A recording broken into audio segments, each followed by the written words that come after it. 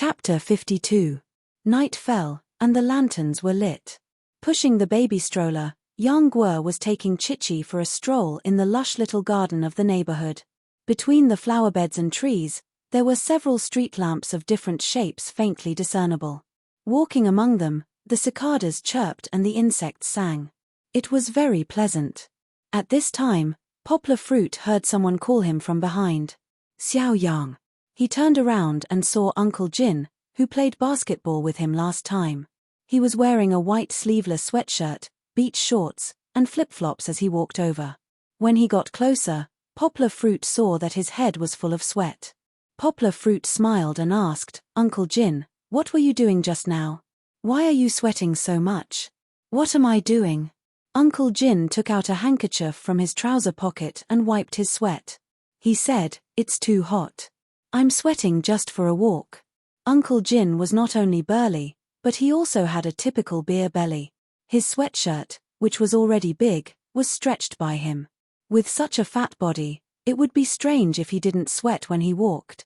Poplar Fruit thought it was interesting, but he didn't expose him. Isn't there a lyrics like this? Life is already so difficult. Some things should not be exposed. The two walked along the path and talked as they walked. Slowly, they talked about basketball. "Xiao Yang, why haven't I seen you play basketball recently?" Uncle Jin asked as he shook the hem of his sweatshirt. "I have no choice," Poplar Fruit said with a smile. "I have a daughter to take care of. If I go play basketball, no one will take care of her." Although there were many sports venues in Jinli district, Poplar Fruit didn't use them often. First, Song Jiwen was usually busy, so it was boring for him to play alone. Second, Poplar Fruit couldn't leave Kiki aside and run to the court alone. So, he would only occasionally push the baby stroller and take Kiki to the gym to exercise muscles, hit a dozen sandbags, or play with the barbell. Poplar Fruit could only play basketball with Song Jiwen on the weekends when Kitten came to help watch Kiki. "Can't you just let the woman take care of the child?" Uncle Jin said doubtfully. "Is your wife that busy?" Poplar Fruit shook his head and said, "No, Kiki's mother left when she gave birth to her. So now, she and I depend on each other." This was the first time Uncle Jin learned about this situation. Although the two of them had a brief chat when they were playing basketball last time, they didn't talk about this. He was very shocked and said with some embarrassment, "I'm sorry, I touched on your sore spot." Yang Guo waved his hand and said, "It's fine, it's over. We're doing well now. The child is so young. Are you taking care of the child at home now?" Uncle Jin asked with a frown. "What about your job?" He was also experienced and knew how hard it was to take care of a child who was less than a year old. Poplar Fruit said with a smile, "No problem. I'm a freelancer now. I can do some work at home." Uncle Jin nodded as if he understood. He didn't ask because it involved Poplar Fruit's privacy. How could he, who had been in the unit for so many years, not understand? Since they were talking about basketball and both of them were basketball enthusiasts, they continued to talk about it. Although Poplar Fruit hadn't paid attention to the NBA for a while because of Kiki, he still knew a lot about the famous stars in each team. The two of them chatted very happily. As they chatted, Uncle Jin sighed and said, "No team in the NBA wants Yi Jianlian. Yao Ming has retired. We really don't have anyone in the NBA." "Wait." Poplar Fruit frowned and asked, "Yao Ming retired? When did that happen?" Yi Jianlian had only entered the NBA in recent years, but he wasn't good enough. No one was optimistic about him. Poplar Fruit didn't care about whether he could play in the NBA or not. However, Yao Ming was different. Yao Ming could be said to be the flag of China on the basketball court. It wasn't just because of his strength. He had worked hard for so many years in the NBA and led the national team to countless honors in the international arena. He had become the spiritual sustenance and pride of the Chinese people.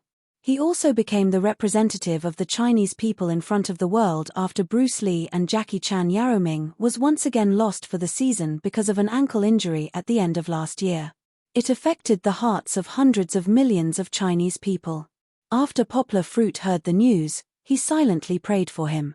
He hoped that Yao Ming could recover soon, put on the red uniform again, and lead the Rockets to the championship.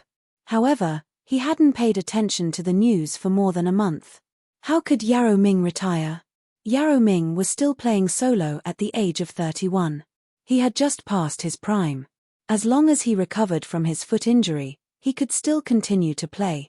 Poplar Fruit only felt as if he had lost something in his heart. His belief in basketball seemed to be about to collapse. Uncle Jin said in surprise, "You didn't know?" Yao Ming held a press conference 2 days ago to officially announce his retirement. Why did he retire just like that? Poplar Fruit found it hard to accept and muttered. Uncle Jin lowered his head and picked up a big leaf that fell from a tree. He found himself with it in his hand and said, "What else can he do if he doesn't retire?" Yao Ming's foot injury isn't something that happened in a day or two. He has been injured continuously for the past 2 years. His foot can no longer support his huge body. He's now 31 or 32 years old. If he continues to play, he'll only get worse day by day. It's better for him to retire. I think his choice is very wise. Uncle Jin was right. Poplar Fruit could still understand that logic, but he still found it hard to accept. After all, Yao Ming was the person who opened the door to the basketball temple for him. If he left, would there still be basketball in China? Would there still be a place for China in the world of basketball? Without Yao Ming, the NBA will only be able to watch a group of foreign musclemen jump around in the future. Poplar Fruit shook his head and chuckled. Uncle Jin was also full of worry. He nodded and said, "There aren't many young players in China who can play well. I guess they can't even reach the threshold of the NBA. China is really at a point where there's a shortage of young players. Whether it's football or basketball, the level of domestic youth training is really bad." The two of them chatted, from Yao Ming's retirement to China's system. Uncle Jin angrily scolded the Chinese Basketball Association, saying that their various systems were unreasonable. Poplar Fruit felt deeply. He went along and talked about Cuba. Unlike the university leagues abroad, the domestic university leagues were simply small-scale.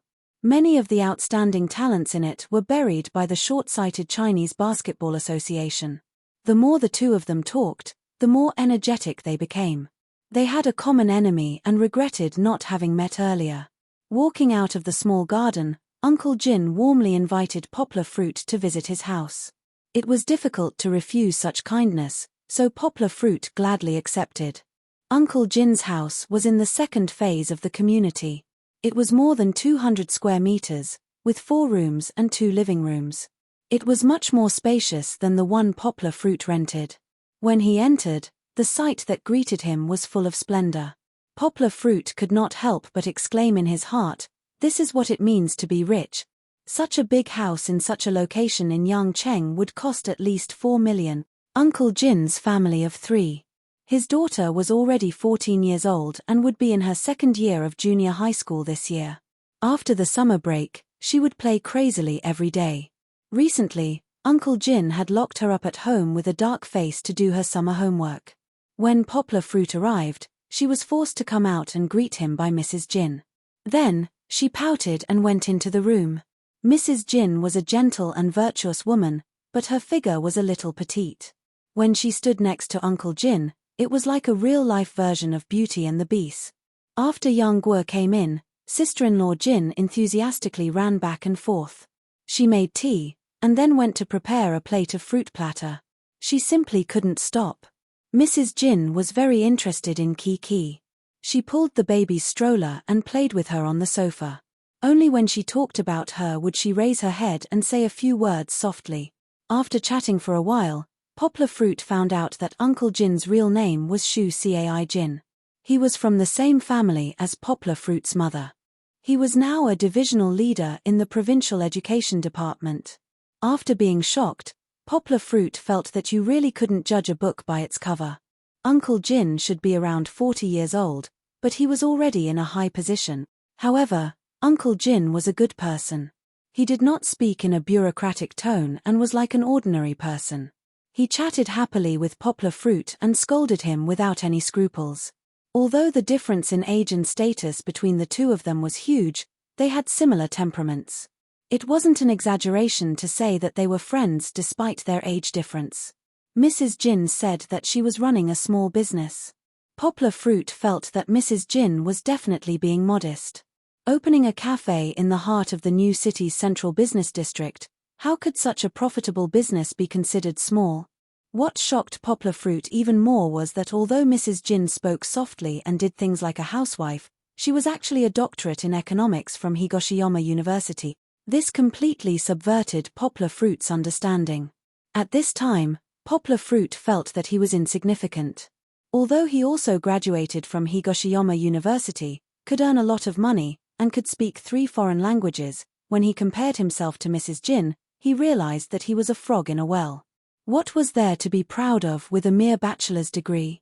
Uncle Jin did not look down on him. After listening to Poplar Fruit's experience because of Mrs. Jin's question, he was full of praise for Poplar Fruit's loyalty. Mrs. Jin's eyes were red and a few drops of tears flowed down. Uncle Jin turned the fan to the highest setting. His big palm patted Poplar Fruit's shoulder and said, "Xiaoyang, don't belittle yourself. I have seen a lot of young people in the education department. Among them, there are a lot of excellent young people, but there are not many who can do as well as you. For a person, the most important thing is not how much money he can make, but whether he knows how to be a good person. Without good character, even if he makes a lot of money, he will be frustrated." Mrs. Jin also smiled and said, "Yes, Xiaoyang, you are still young. You still have a lot of time to do what you want to do. Your ability is not bad. I believe your future achievements will not be worse than Mrs. Jin's." "What do you mean by not worse than you?" Uncle Jin put his arm around Poplar Fruit's shoulder and smiled. "I am very optimistic about my little brother. In time, he will do very well. Yes, I am not good with words. I will definitely be 1,000 times better than Mrs. Jin in the future." Mrs. Jin covered her mouth and smiled. Infected by their cheerful optimism, Poplar Fruit also smiled brightly. Chapter 53. A peaceful and repetitive life always passed quickly. Unknowingly, it was already the end of July. Midsummer was at its most ferocious. During the day, even the few clouds in the sky were listless. The scorching summer seemed to pass through almost no obstacles, laughing wildly as it pounced on the earth. The steam rising from the asphalt roads, the cracked earth that had lost its greenery, and the leaves of the trees on the edges were somewhat burnt. People were in a hurry. Umbrellas could not block out the ultraviolet rays, nor could they block out the hot waves. Even at night, when the bright sun turned into a warm sunset, and the last ray of afterglow finally disappeared, people still could not feel the slightest bit of coolness. Even the night wind that blew was heated by the hot ground. Not only that, people who hurried home turned on the air conditioner to drive away the dry heat in the house. However, the heat once again gathered outside, as if the sun was everywhere. No one could escape the fate of being roasted. Speaking of air conditioners, every skyscraper in the city at night was full of energy, waiting for the arrival of a new day to swallow the surging alternating current like a river and spit out the heat from the sun and the human body of the entire building. However, the city was too crowded. It was like a group of people standing together smoking. They could only breathe the smoke in each other's faces, and then all they could breathe was each other's exhaust. The heat accumulated and did not dissipate. This was the unsolvable heat island effect in the city. Song Jiwen was as tired as a dog when he returned home every day. His shirt was soaked in sweat from the inside out, as if he had been scooped out of the water. Even if Poplar Fruit cooked an iced mung bean soup for him, he still could not quell his envy, jealousy, and hatred for Poplar Fruit's leisurely life. Faced with such hot weather, Poplar Fruit naturally would not casually take Kiki out. In recent days, he would only take Kiki out for a walk in the garden-like green area of the community when the air was fresh and the sun was warm in the morning. He would let her see the natural landscape, although it was man-made, which was good for her brain development. Usually, the father and daughter would stay at home. Kiki would either sleep or play with her toys. Poplar Fruit would seize the time when Kiki was sleeping to work hard and study hard. Although it was boring, Poplar Fruit didn't mind. He was an otaku after all. In just 2 months, Poplar Fruit already had 200,000 yuan in his bank account. Adding the money that he had spent in the past 2 months, Poplar Fruit had earned more than 220,000 yuan. This was something that he would never have imagined 2 months ago. Of course, it didn't mean that Yang Guo's 2 months of earning 200,000 yuan meant that he could earn 100,000 yuan a month. This was because this 200,000 yuan also included the 100,000 yuan that was once in a blue moon in the first month. But even so, his efficiency in earning money was quite amazing. With such a large sum of money in his bank account, Poplar Fruit wasn't in a hurry to spend it. This was because he already had a small idea on how to spend it. However, he still needed to earn a little more. He would wait for a while. Today, Poplar Fruit didn't sit in front of the computer to work as usual after feeding Kiki. He planned to give himself a holiday today. But even if it was a holiday, Poplar Fruit didn't idle around. He moved the baby rocking chair to the living room and let Kiki lie on it to sleep. He picked up the bed and quilt in the crib and stuffed them into the washing machine. It was another sunny day. Poplar Fruit planned to do a thorough cleaning. Although Poplar Fruit often swept and mopped the floor after moving to Jinli district, he hadn't done a thorough cleaning for a month. This made Poplar Fruit, who was a bit of a clean freak, unable to stand it. The washing machine in the bathroom washed Kiki's little quilt. Poplar Fruit picked up the mop and bent down on the floor. Every corner of the living room, bedroom, and study was cleaned until there wasn't a speck of dust. The floor was also polished until it was shiny. If the landlord saw this, he would probably cry, right? Where else could he find such a good tenant? After washing Kiki's little quilt and bed, Poplar Fruit used a bucket to carry them to the living room's balcony. The sun was shining on the balcony. Even the devil's ivy that came over was a little dispirited. Poplar Fruit wiped the guardrail clean and hung the little quilt and bed on it. With such a scorching sun, it probably wouldn't take long for it to dry. The main reason why he washed Kiki first was so that she could cover herself and sleep early. After washing her, Poplar Fruit pulled his own towel from his big bed and threw it into the washing machine. Because it was too hot, Poplar Fruit removed the mattress some time ago, leaving only a cold mat. Therefore, he didn't have a bed to wash. The washing machine didn't stop, it continued to roar. Yang Guo didn't stop either. He fetched a bucket of water from the bathroom and used a rag to wipe every surface in the room. The coffee table, the sofa, the dining table, the mat, the desk, the computer table, etc. He didn't even let go of the space under the mouse pad. After wiping it once, he wasn't satisfied and continued to wipe it a second time. If you thought that Poplar Fruit only had this level of cleanliness, you were very wrong. Cleaning meant that almost everything in the house had to be cleaned. Poplar Fruit washed Kiki's toys, utensils, and every corner of the kitchen, including the kitchen hood. He also squatted in the bathroom and scrubbed the toilet hole until it was spotless. After cleaning his own house, Yang Guo was still not satisfied. He opened the door of the house and mopped the corridor that the cleaner had already done a good job of cleaning. When he saw a little stain on the wall, he couldn't pretend that he didn't see it. He ran home and took a brush and rag. After fiddling with it for a long time, he was satisfied when he couldn't see any stains on the wall.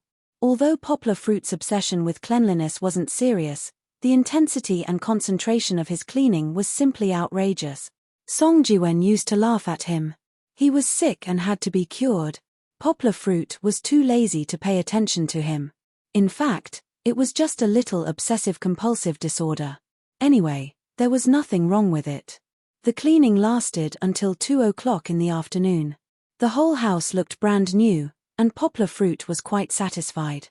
After the hungry Poplar Fruit finished eating and feeding Kiki milk, the father and daughter began to take an afternoon nap. Because the bed and other things were outside, Poplar Fruit had to lie down on the sofa and sleep. The air conditioner was never turned on at home. The weather was hot, and Poplar Fruit only turned on a fan. He also had to be careful to avoid Kiki. When he woke up, the sun was already setting. Poplar Fruit took back the quilt and put it on again. He didn't dare to let Kiki sleep immediately. After all, the quilt that had just been dried was still wrapped in the heat of the sun. It was better to let it cool down first. After giving his daughter a bath, Poplar Fruit also made himself something to eat. He ate alone, and didn't do anything fancy. He cooked a simple plate of stir-fried broccoli with meat slices, and then he could eat his next meal. Sure enough, I can only feel the loneliness of a person when I'm eating. Sitting in front of the computer, Poplar Fruit opened Yin Yang Web, which he hadn't been on for a long time. The red color of the page was still the same. As soon as he opened Poplar Fruit, he saw a big notice on the homepage. Dongshin Publishing and Yin Yang Web are recruiting translators from all over the world for the biography of Steve Jobs. Some of them were pseudonyms. Everyone knew. As a hardcore fan of sect leader Chow, Poplar Fruit had seen news of sect leader Chow releasing his official biography before. About 2 years ago, sect leader Chow invited biographer Isaacson to write his biography. Isaacson was famous in Western society in this field. Benjamin Franklin and Albert Einstein? Einstein wrote his autobiography, and this time, Steve Jobs invited him. How could Poplar Fruit not be looking forward to it? In the early news, it was rumored that sect leader Chow only provided material and memories. He didn't interfere with the entire autobiography. One had to know that when Sir Chow was Apple's CEO, he was famous for being a tyrant. The entire company had to operate according to his wishes. Even the iPhone and iOS, which were popular all over the world, were all designed according to his preferences. It wasn't easy for sect leader Chow, who was used to being high and mighty, to not interfere at all. He didn't change a single word, and let the world judge whether he was good or not. What kind of courage and confidence was this? Probably only a great person like sect leader Chow could have such a big heart. I suspect that I'm overpraising. This is purely my personal opinion. There was a famous writer in the United States, Mark Twain. He wrote many famous novels, essays, and poems in his life. Among them, the most well-known were his 2 children's literature, Tom Sawyer. The Adventures of Tom Sawyer and Huckleberry Finn. Both books could be said to be his representative works, and the latter had an important position in the history of American literature. Hemingway once said, "The entire modern American literature originates from Mark Twain, and Mark Twain is the source of it." Mark Twain's book, Huckleberry Finn. Huckleberry Finn is our best book. After that, no other book can compete with it. Mark Twain's position in the American literary world was very high. His works were full of Western-style humor, and the humor was full of criticism of social reality. His life was also mixed. Early on, Early Twain had a good impression of the slavery system. As his experience deepened, he had a clearer understanding of the evil reality hidden under the prosperous surface of America. His book, Huckleberry Finn. Huckleberry Finn was listed as a banned book by American schools because it used the word black. Even such a literary giant was afraid that his autobiography would cause social controversy. After his death, his will even requested that his 5,000-page autobiography be published 100 years later. Although sect leader Joe was famous all over the world and had various titles, his style of doing things was also criticized by many of his colleagues and subordinates. He also had a history of extramarital affairs that he refused to admit even if he was beaten to death, and gave birth to a daughter. However, he had the courage to make such a decision. How could Poplar Fruit not be full of admiration for him? At that time, when the news of Steve Jobs had just come out, he had already made up his mind to buy a copy of the book and read it carefully. He wanted to understand the secrets of the great man's life. Now, it seemed that the opportunity was right in front of him. The publishing house was openly recruiting translators. This kind of thing had never happened before, right? And this time, he was translating sect leader Joe's biography. He had the opportunity to read the original text. Didn't the announcement say so? The finalists would be one of the first 200 people in the world to read the book. Just thinking about it made Poplar Fruit's blood boil. What was he waiting for?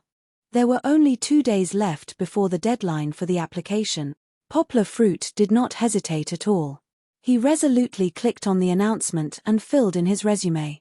In addition to his resume, Poplar Fruit also filled in a questionnaire. It asked a lot about Apple and some business knowledge. As Poplar Fruit was related to Apple, it was not very difficult for him to fill in the questionnaire. There should be a few rounds of the selection process, but Poplar Fruit was already eager to try. It was good that it was difficult and challenging. Next, let me welcome this big battle. Poplar Fruit confidently clenched his fist.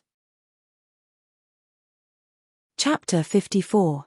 The next afternoon, when Poplar Fruit came back from outside and turned on his computer, he found that they had approved his application. Along with the approved text message was the English manuscript for the first round of trial translation. The translation had to be provided within the specified time. The selection process may be a little different from reality. Yang Guo read it carefully and found that it was a person report from the United States in the 1980s. It was about the struggle of an American novelist at that time. This novelist was not famous in China, but at that time, he had a few best-selling books. Yang Guo had learned about him from a profile of another author. After memorizing the article, Poplar Fruit was not in a hurry to translate it. He made lunch while multitasking to see if there were any unfamiliar allusions in the manuscript. This was Poplar Fruit's habit of translating literature. Until the end of the meal, Poplar Fruit did not find anything that did not make sense from the more than 2,000 words. It seems that this round is mainly about the translator's literary talent, Poplar Fruit thought to himself. Is it really that simple? Of course not. Poplar Fruit did not see any traps in it because his standard was much higher than most translators. After all, he did not memorize the dictionary and many Western classics for nothing. There were still some mysteries hidden in the manuscript that were enough to make others scratch their heads. The first challenge in this round was to be able to accurately identify the traps. This challenge alone could eliminate 30% of the participants. These were all incompetent translators who came to watch. The second challenge was to figure out how to crack these traps and translate the appropriate translation. This challenge was not that simple. Although the corresponding explanation could be found through Google, in English, of course, it was very difficult to understand and fully understand it in a short time. Therefore, this round could eliminate a lot of people. However, Yang Guo didn't realize that his strength was already far ahead of others, so much so that he could completely ignore this little bit of challenge. Although he had some complaints about the editors on the translation network, Poplar Fruit still typed out the translation that he had already prepared and sent it back.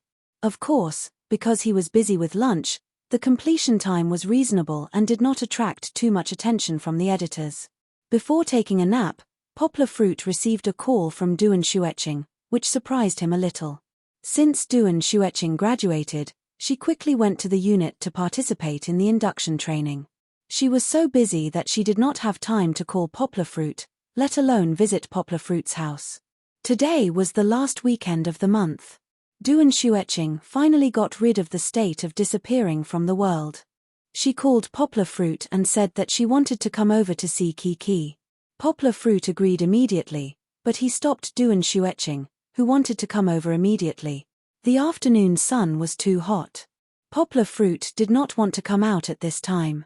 Therefore, Poplar Fruit asked Duan Xueqing to come closer in the evening.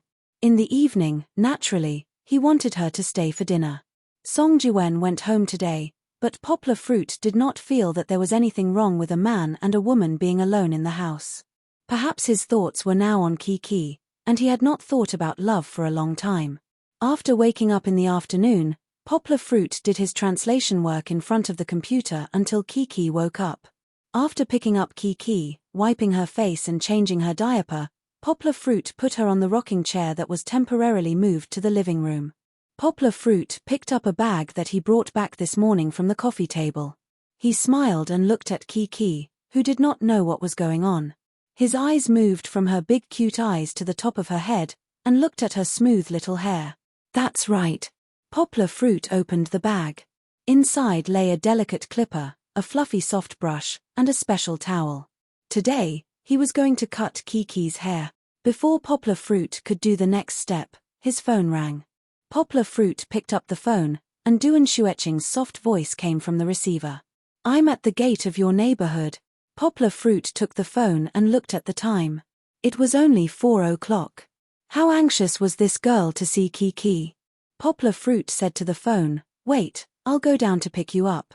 Holding an umbrella, Poplar Fruit carried Kiki down. If it were not for Kiki's delicate body, Poplar Fruit would not hold an umbrella. It was too embarrassing for a man. Before reaching the gate, Poplar Fruit saw Duan Xueqing. Although the sun was behind her, Poplar Fruit felt dazzled at that moment. What kind of beauty was this? The girl who stood gracefully at the door with an umbrella was wearing a long dress with Persian floral patterns. Her chestnut hair was waist-length under the sunlight, but there were 2 strands of bohemian braids near her ears. Such a quiet and elegant girl exuded a wild charm. The classical Chinese and exotic romance collided with each other, creating a dazzling light. Poplar Fruit, who was best at using words, found himself at a loss for words at this moment. How could he describe it? It seemed that in front of her, any gorgeous words would be overshadowed. It was like the pearl of a mermaid in the sea facing the sand of the Gobi Desert. The latter could only look at it and sigh. The girl from hell. Poplar Fruit did not know why, but such an English sentence appeared in his mind. Yes. This girl came from hell. There will be no more supernatural content in this book, so don't guess. Otherwise, it would be impossible for her to be so beautiful, and it would be impossible for her to be so charming. She had an extraordinary and refined temperament that kept people away from her. She also had a charming appearance that made people want to chase after her and embrace her. This made young Guo very grateful for the generosity of the heavens. If Duan Xueqing was allowed to live in the ancient times where the flames of war were everywhere, wouldn't she be another beauty that brought disaster to the country? Just like Bao Sai in the Western Zhou dynasty, how many infatuated kings foolishly went to the fire beacon to make her smile? Sighing in his heart, Poplar Fruit greeted the security guard at the gate and welcomed Duan Xueqing in. The sun is still so hot, why are you here so early? Poplar Fruit complained. Duan Xueqing said softly, it's okay, it's not very hot. Poplar Fruit supported Kiki's little butt with his right hand, making her face Duan Xueqing, and said with a smile, Kiki, Auntie Duan is here to see you, are you happy? Come, say hello to Auntie Duan. Duan Xueqing's beautiful eyes moved from Poplar Fruit to Kiki's little face. Kiki was also looking at her with her mouth slightly open. She smiled slightly, and her long eyelashes fluttered. Kiki did not seem to be interested. She turned her head and leaned on her father's back. Along the way, Poplar Fruit did most of the talking, and Duan Xueqing briefly followed up. Poplar Fruit knew her personality and did not like to talk much, so he did not find it awkward. When they arrived home, Poplar Fruit took Duan Xueqing to visit every room. Needless to say, it was neatly tidied, and even the top shelf was spotless. The second bedroom was converted into a study, and now there was no bed in it. Other than the side of the floor-to-ceiling glass, the other 3 sides of the room were decorated with 2-meter-tall bookshelves. The bookshelves were not full of books, and 2 sides were empty. One side was stacked with rows of books from the university and the foreign language books that Poplar Fruit had recently bought. Duan Xueqing looked at the rows of French and German self-study books and literary works on the bookshelves. She took out one of them, and it was circled. Almost every page had a few notes. There were also 2 brand-new Spanish grammar books on the desk. They looked like they were bought not long ago. In fact, according to Poplar Fruit's current memory, he did not need to take notes at all. As long as he read a book carefully, it would be permanently stored in his mind.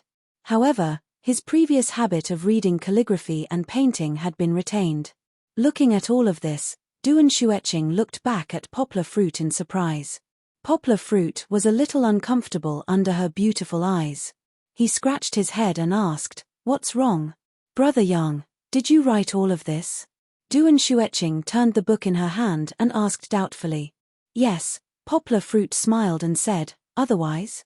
Duan Xueqing covered her mouth and said in shock and admiration, "That's amazing." She was also a language learner.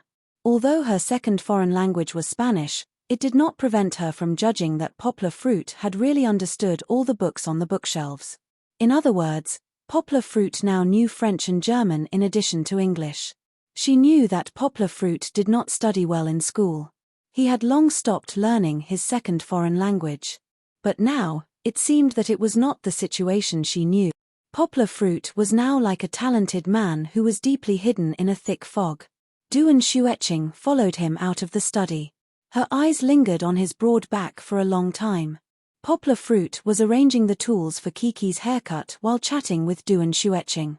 "Xueqing, how do you feel about work now?" He dipped a cotton ball in alcohol and wiped the small clipper. This small clipper had a ceramic shell and was very smooth to the touch. It was said that the protective properties were good. Poplar Fruit had picked it up from the children's product store in the morning. Duan Xueqing sat with her legs crossed, her long hair spilling over the sofa like a waterfall. The cool breeze from the electric fan blew her sweat-drenched hair up like willow catkins flying in the air. She gently moved her right hand and clipped it behind her ear. Then she replied, "It's not bad. I'm gradually getting used to it. Is the training tiring? You've been so busy recently that you don't even have time to call," Poplar Fruit said without looking up as he touched the tip of the clipper to feel the distance. "At the beginning, I had to memorize a lot of systems, so I didn't have time," Duan Xueqing said with her head lowered. "I'm sorry." Poplar Fruit smiled and said, "Why are you apologizing? If you don't have time, can't you just call when you're free?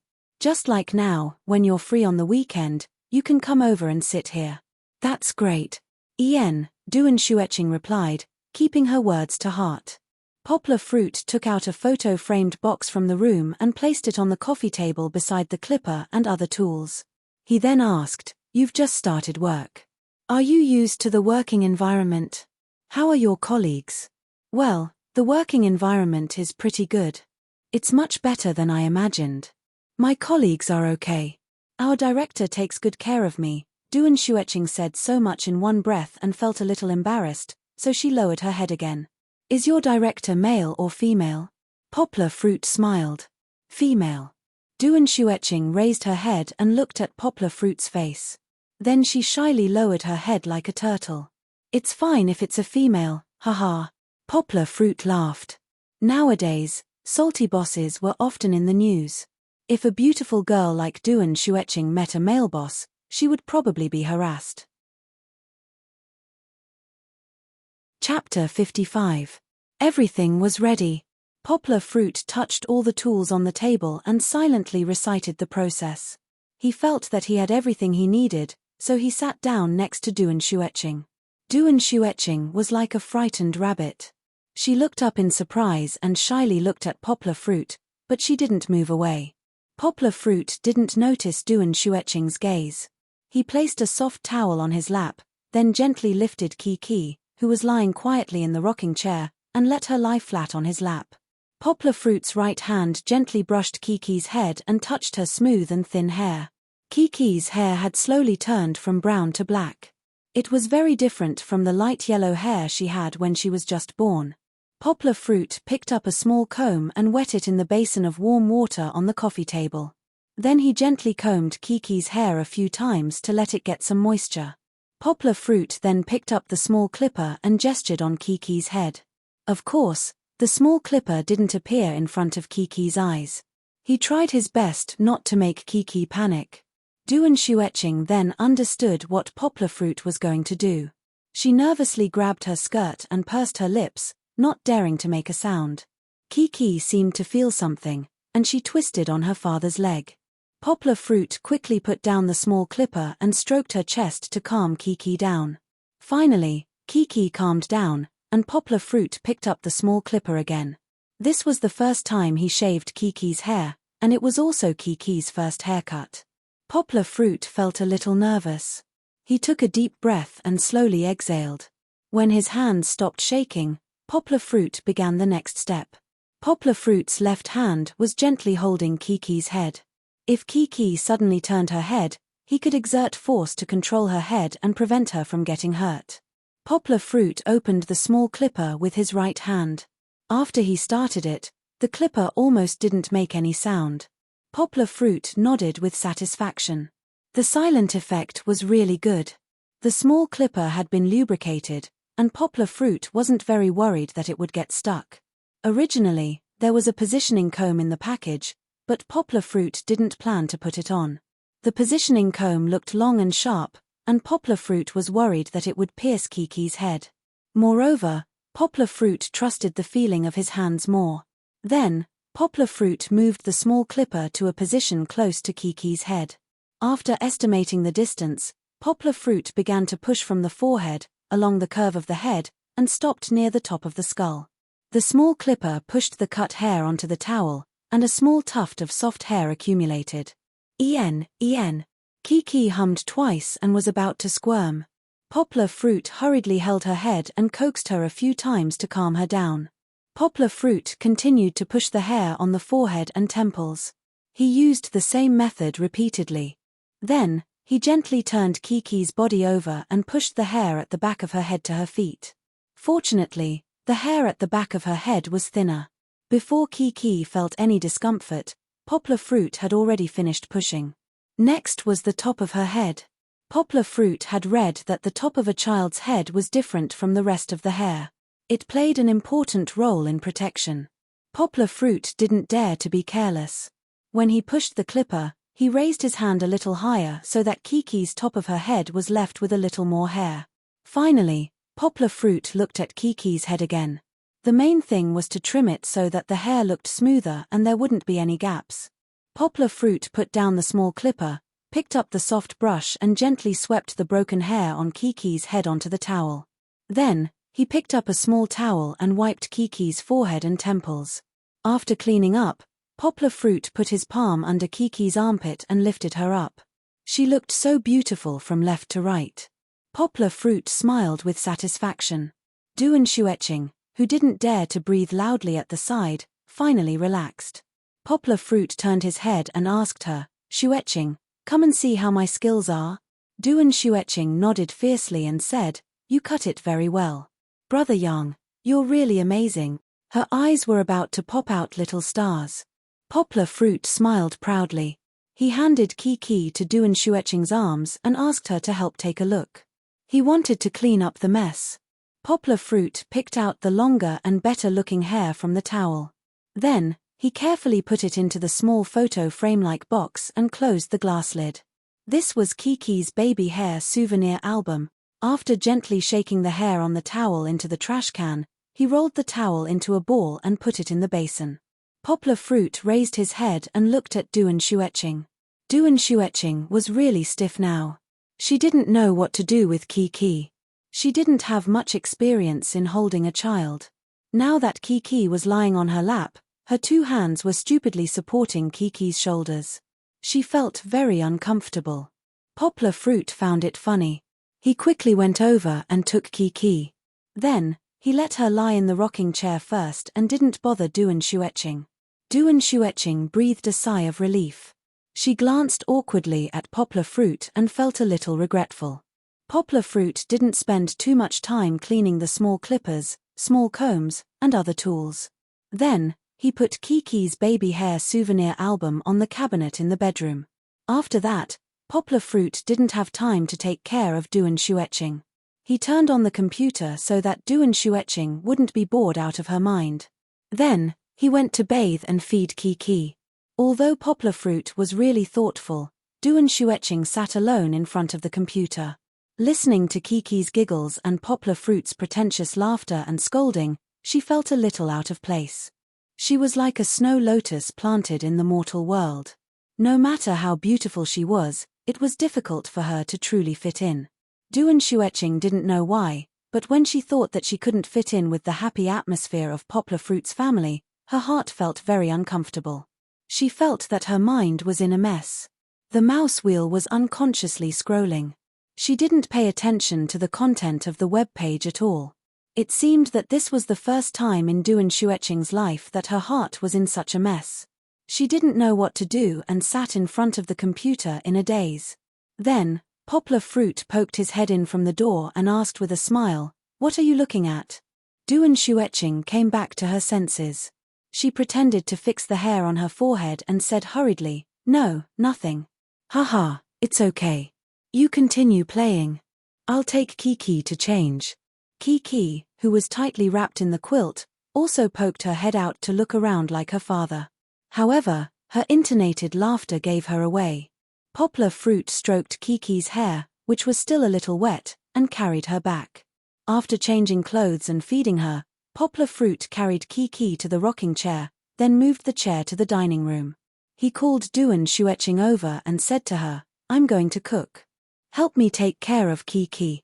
Poplar Fruit also considered that Duan Shueching didn't know how to carry a child, so he simply let Kiki lie in the rocking chair. This way, Duan Shueching could rock the chair, and Kiki liked it. Okay. Du and Xueqing nodded seriously. After watching Poplar Fruit put on an apron and walk into the kitchen, Du and Xueqing half-squatted on the ground, reached out her white jade finger, and hooked it on Kiki's little face. Kiki didn't ignore Du and Xueqing like before. After all, they had met a few times and spent some time together.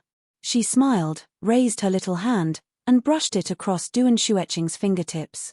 Du and Xueqing felt as if an electric current flowed from her fingertips to her heart, and the confusion from before disappeared without a trace. At this moment, Du and Xueqing's beautiful face, which was used to being cold, suddenly bloomed with a beautiful smile. If Poplar Fruit saw this, he would definitely sigh in his heart and say, "A smile that can overturn a country, is that all there is to it?" Unfortunately, Poplar Fruit didn't have such a blessing. When he finished washing the rice and put it into the pot to cook, Du and Xueqing had already restrained the smile on her face. Only her cheeks were still slightly red, but under the dim lighting in the room, Poplar Fruit couldn't see it. "Xueqing, don't squat." Poplar Fruit smiled and said, "Pull up a stool and sit. You don't need me to teach you, right?" "Okay." Du and Xueqing moved a stool from the dining table over. She reached behind her back and gently lifted her long hair that reached below her waist. Then she sat on it, crossed her legs, leaned over, and slowly rocked the rocking chair with one hand, while playing a game with Kiki with the other. Kiki squinted her eyes in enjoyment and called out intermittently. Seeing that they were getting along so well, Poplar Fruit happily returned to the kitchen to continue cooking. The ingredients were bought during the day, but Poplar Fruit didn't take out fish or meat from the fridge. Du and Xueqing only ate bland food, so everything was simple. Stir-fried lettuce that only had green onions to enhance the flavor, golden and dazzling beef with egg, tender and white mushroom stir-fried tofu with minced meat, and winter melon and pork rib soup that was stewed until the melon and meat were all bland. After some hesitation, Poplar Fruit finally made himself a plate of beef with oyster sauce. He was a carnivore, and if he only relied on the few strips of beef with egg without any oil, he definitely wouldn't be able to eat. Poplar Fruit walked out of the kitchen with the last of the winter melon and pork rib soup and said to Du and Xueqing with a smile, "Let's eat." He was busy in the kitchen for nearly an hour. Kiki was playing in the rocking chair and almost fell asleep. Poplar Fruit picked up the sleepy Kiki and let her go back to the room to sleep. When he came out, Du and Xueqing stood by the dining table and whispered to Poplar Fruit, "Why did you make so many dishes?" "It's just for the two of us." Poplar Fruit smiled and said, "It's okay. If you can't finish it, the rest is mine." Du and Xueqing really ate less than half a bowl of rice, and then she ate some more dishes. She only picked up a piece of beef with egg, but she ate a lot of lettuce and mushroom tofu. Finally, she drank 2 bowls of soup. In the end, she frowned and said to Poplar Fruit, "Brother Yang, the dishes you cooked are really good. I feel that I can't help but eat too much. I will become fat." Du and Xueqing was still worried and touched her stomach. Poplar Fruit cleaned up the rest of the dishes. After swallowing the rice in his mouth, he smiled and said, "It can't be. I think you won't become fat no matter how much you eat." "I can't. I usually only eat 1 dish." Du and Xueqing said. "It's okay." Poplar Fruit shook his head and said, "You have been working so hard recently. You consume a lot of energy. It's okay to eat a little more." Du and Xueqing nodded. After eating, Du and Xueqing hesitated and stood up to help clean up the dishes on the table. Poplar Fruit quickly stopped her and said with a smile, "Let me do it." "Let me do it? How can I let you do this?" Not to mention Du and Xueqing, who didn't do any household chores. Even if it was someone else, Poplar Fruit would be embarrassed to let the guest clean up the dishes. When Du and Xueqing left, Poplar Fruit went out of the community to help her stop a taxi. Looking at the taxi leaving a trail of exhaust, Poplar Fruit shook his head and turned to go home. But tonight, he was still alone in the house. And Kiki. Chapter 56. The afterglow of the sunset shone through the glass window and through the long and narrow aisle. With the melodious piano sound, it swayed and exuded a quiet and elegant atmosphere. Poplar Fruit sat by the window, dressed in a suit and leather shoes. There was a rose on the table, and his right index finger tapped on the table from time to time. His thoughts drifted away in the strong coffee aroma that filled the space. Yes, Poplar Fruit was now doing the most ridiculous and vulgar thing in the world, a blind date. Back to the night when he sent Duan Shueching away, Song Jiwen went home for dinner. When he came back, he didn't bring back anything delicious. Instead, he brought back a piece of bad news. He conveyed Liu Suqin's order to Poplar Fruit, saying that she had contacted a girl for him and asked him to meet her tomorrow evening. Poplar Fruit had a headache when he heard this. Liu Suqin didn't contact him last week, and he thought that Liu Suqin had forgotten about it. He didn't expect that in the end, he still couldn't escape this disaster. Yang Guo didn't want to give up and called Liu Suqin. She wanted to find an excuse to get out of it. However, Liu Suqin scolded Poplar Fruit over the phone and said, "You stay at home all day. What can happen to you? You still want to lie to me?" Not only that, but the old lady also came over early this morning to supervise in person to prevent Poplar Fruit from lying to his heart and refusing to go in the end. The old lady came with a murderous look, which scared the kitten who had just come out of Song Jiwen's room. However, the old lady didn't care about her son's girlfriend. She knew Song Jiwen's nature. She didn't know when he would dump her. If she made friends with her now, wouldn't it be more awkward in the future? She nodded and greeted them indifferently and ignored them. The suit in Poplar Fruit's wardrobe was the one he wore to work a few months ago. Looking at it now, it didn't fit anymore. The trousers couldn't cover Poplar Fruit's legs at all. Therefore, the old lady hurriedly dragged Poplar Fruit to the shopping mall. Even Song Jiwen and the kitten, who wanted to slack off at home, had to follow along. With a bitter smile on his face, Poplar Fruit helplessly listened to the old lady's instructions and let the shop assistant take his body length, arm length, and hip circumference. During this period of time, Poplar Fruit felt that the increase in his height had slowed down. A few days ago, he secretly measured himself. Now, he was a little over 1.84 meters tall. He estimated that in the end, another 2 centimeters would be the limit. This was also good. If he continued to grow, wouldn't he be seen as a weirdo walking on the streets? Recently, Poplar Fruit had grown more than 10 centimeters, and almost all of it had grown on his legs. Usually, when he wore shorts at home, he didn't pay attention. This time, when he came to the suit shop, he finally measured it for the shop assistant. His legs were 1.06 meters long, heaven-defying. 1.06 meters long legs. If it was in the north, there might be some people who could reach this standard. But in the south, even in a city as big as Yangcheng, it was still extremely rare. This made the shop assistant very worried. Because Liu Suqin only wanted ready-made clothes and didn't want to order them, it was too late to order them. The shop assistant searched the warehouse for a long time before she found a pair of trousers that fit Poplar Fruit's legs. She smiled and said, "This is the largest size in our shop. If it still doesn't fit, then we'll have to order it." After picking out a fitting shirt, a casual suit jacket, and a belt, Poplar Fruit walked into the changing room to change. As the saying goes, Buddha relies on gold, and people rely on clothes. This sentence was best used on Poplar Fruit. When he walked out of the changing room, the first person he saw was Song Jiwen. His glasses fell to the ground. Then, Xiao Maro was stunned. The shop assistant was stunned. The other customers in the shop were also stunned. Thick eyebrows like swords, black eyes like stars, a tall and slightly hooked nose, and a handsome and angular face. Perhaps because he noticed that people were looking at him, Poplar Fruit's mouth showed a trace of an embarrassed smile. He looked like a shy and charming young man. If you only looked at his face, Poplar Fruit had the potential to be a pretty boy. The most eye-catching thing was his pair of long legs, which looked so slender and powerful against the backdrop of his well-ironed trousers, making the eyes of all the girls present emit little stars. Poplar Fruit practiced boxing every day, so he had maintained a good figure. Although his appearance didn't look thick, there wasn't a trace of fat on his waist and abdomen. The casual suit looked even better at the waist. If he said that he was a model, people would probably believe him. Someone once said, if you want others to think that you are handsome, a 1.5 meter tall boy needs a face that can turn people upside down. A 6-meter tall boy needs a face that is as bright as the stars, a 1. 7-meter tall boy needs a face with delicate features, a 1. 8-meter tall boy needs a face with regular facial features, and a 1. 9-meter tall boy can be shameless. Although this was a big exaggeration, it did indeed illustrate the aesthetic concept of modern people.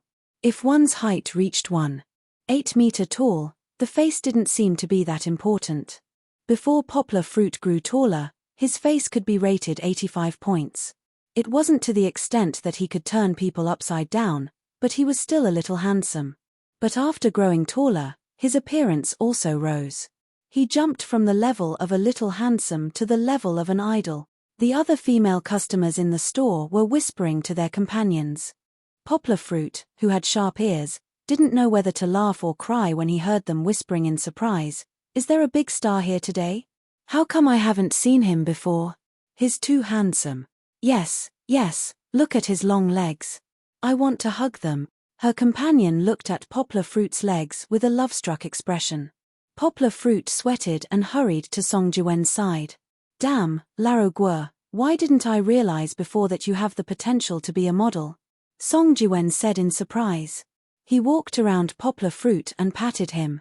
TSK, if you stand at the door wearing this, the store's business will definitely explode. The shop assistant also looked at Poplar Fruit with stars in her eyes. Hearing Song Jiwen's words, she nodded subconsciously. Then, she suddenly felt that her actions were inappropriate. She quickly stopped nodding and covered her mouth in embarrassment. Liu Suqin slapped the back of Song Jiwen's head and laughed. How can you talk like that? She said to Poplar Fruit with satisfaction, look at what you used to wear. A good clothes rack is ruined by you. It's like a pearl covered in dust. I think this set is very good. Look at how spirited it is. Poplar Fruit also liked it very much. After twirling in front of the mirror twice, he went to the fitting room to change and asked the shop assistant to pack it up. When he walked to the cashier, Poplar Fruit realized that the old lady had already paid the bill when he went back to the fitting room.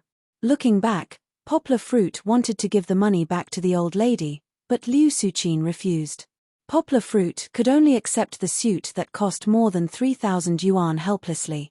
Sitting in the cafe, Poplar Fruit's fingers gently tapped on the table. Only then did he realize that the old lady was indeed astute. She gave him such expensive clothes to make him feel guilty and not dare to half-heartedly deal with this blind date. Poplar Fruit shook his head with a bitter smile and looked out the window. Kiki had been coaxed to sleep, and now the old lady was taking care of her. The two of them were sitting in Song Jiwen's car, and he didn't know where they were going. In any case, they had agreed to wait outside, but now the car was nowhere to be seen. Suddenly, a shadow flashed above his left eye. When Poplar Fruit turned around, a white-collared lady was sitting in the booth opposite him. There was a women's wear magazine on the table. The white-collared lady looked pretty. She was wearing a black suit, a white embroidered blouse, and a short ponytail.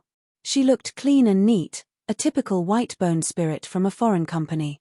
Lu Yunran used to go to work like this, so Poplar Fruit was naturally familiar with her. You are Mr. Poplar Fruit, right? The white-collared lady asked naturally. Poplar Fruit smiled and said, yes. You are Miss Qin Qiuxia? Hearing Poplar Fruit say her name, the white-collared lady frowned and said, you should call me by my English name, Kathy. That's what my colleagues and friends call me.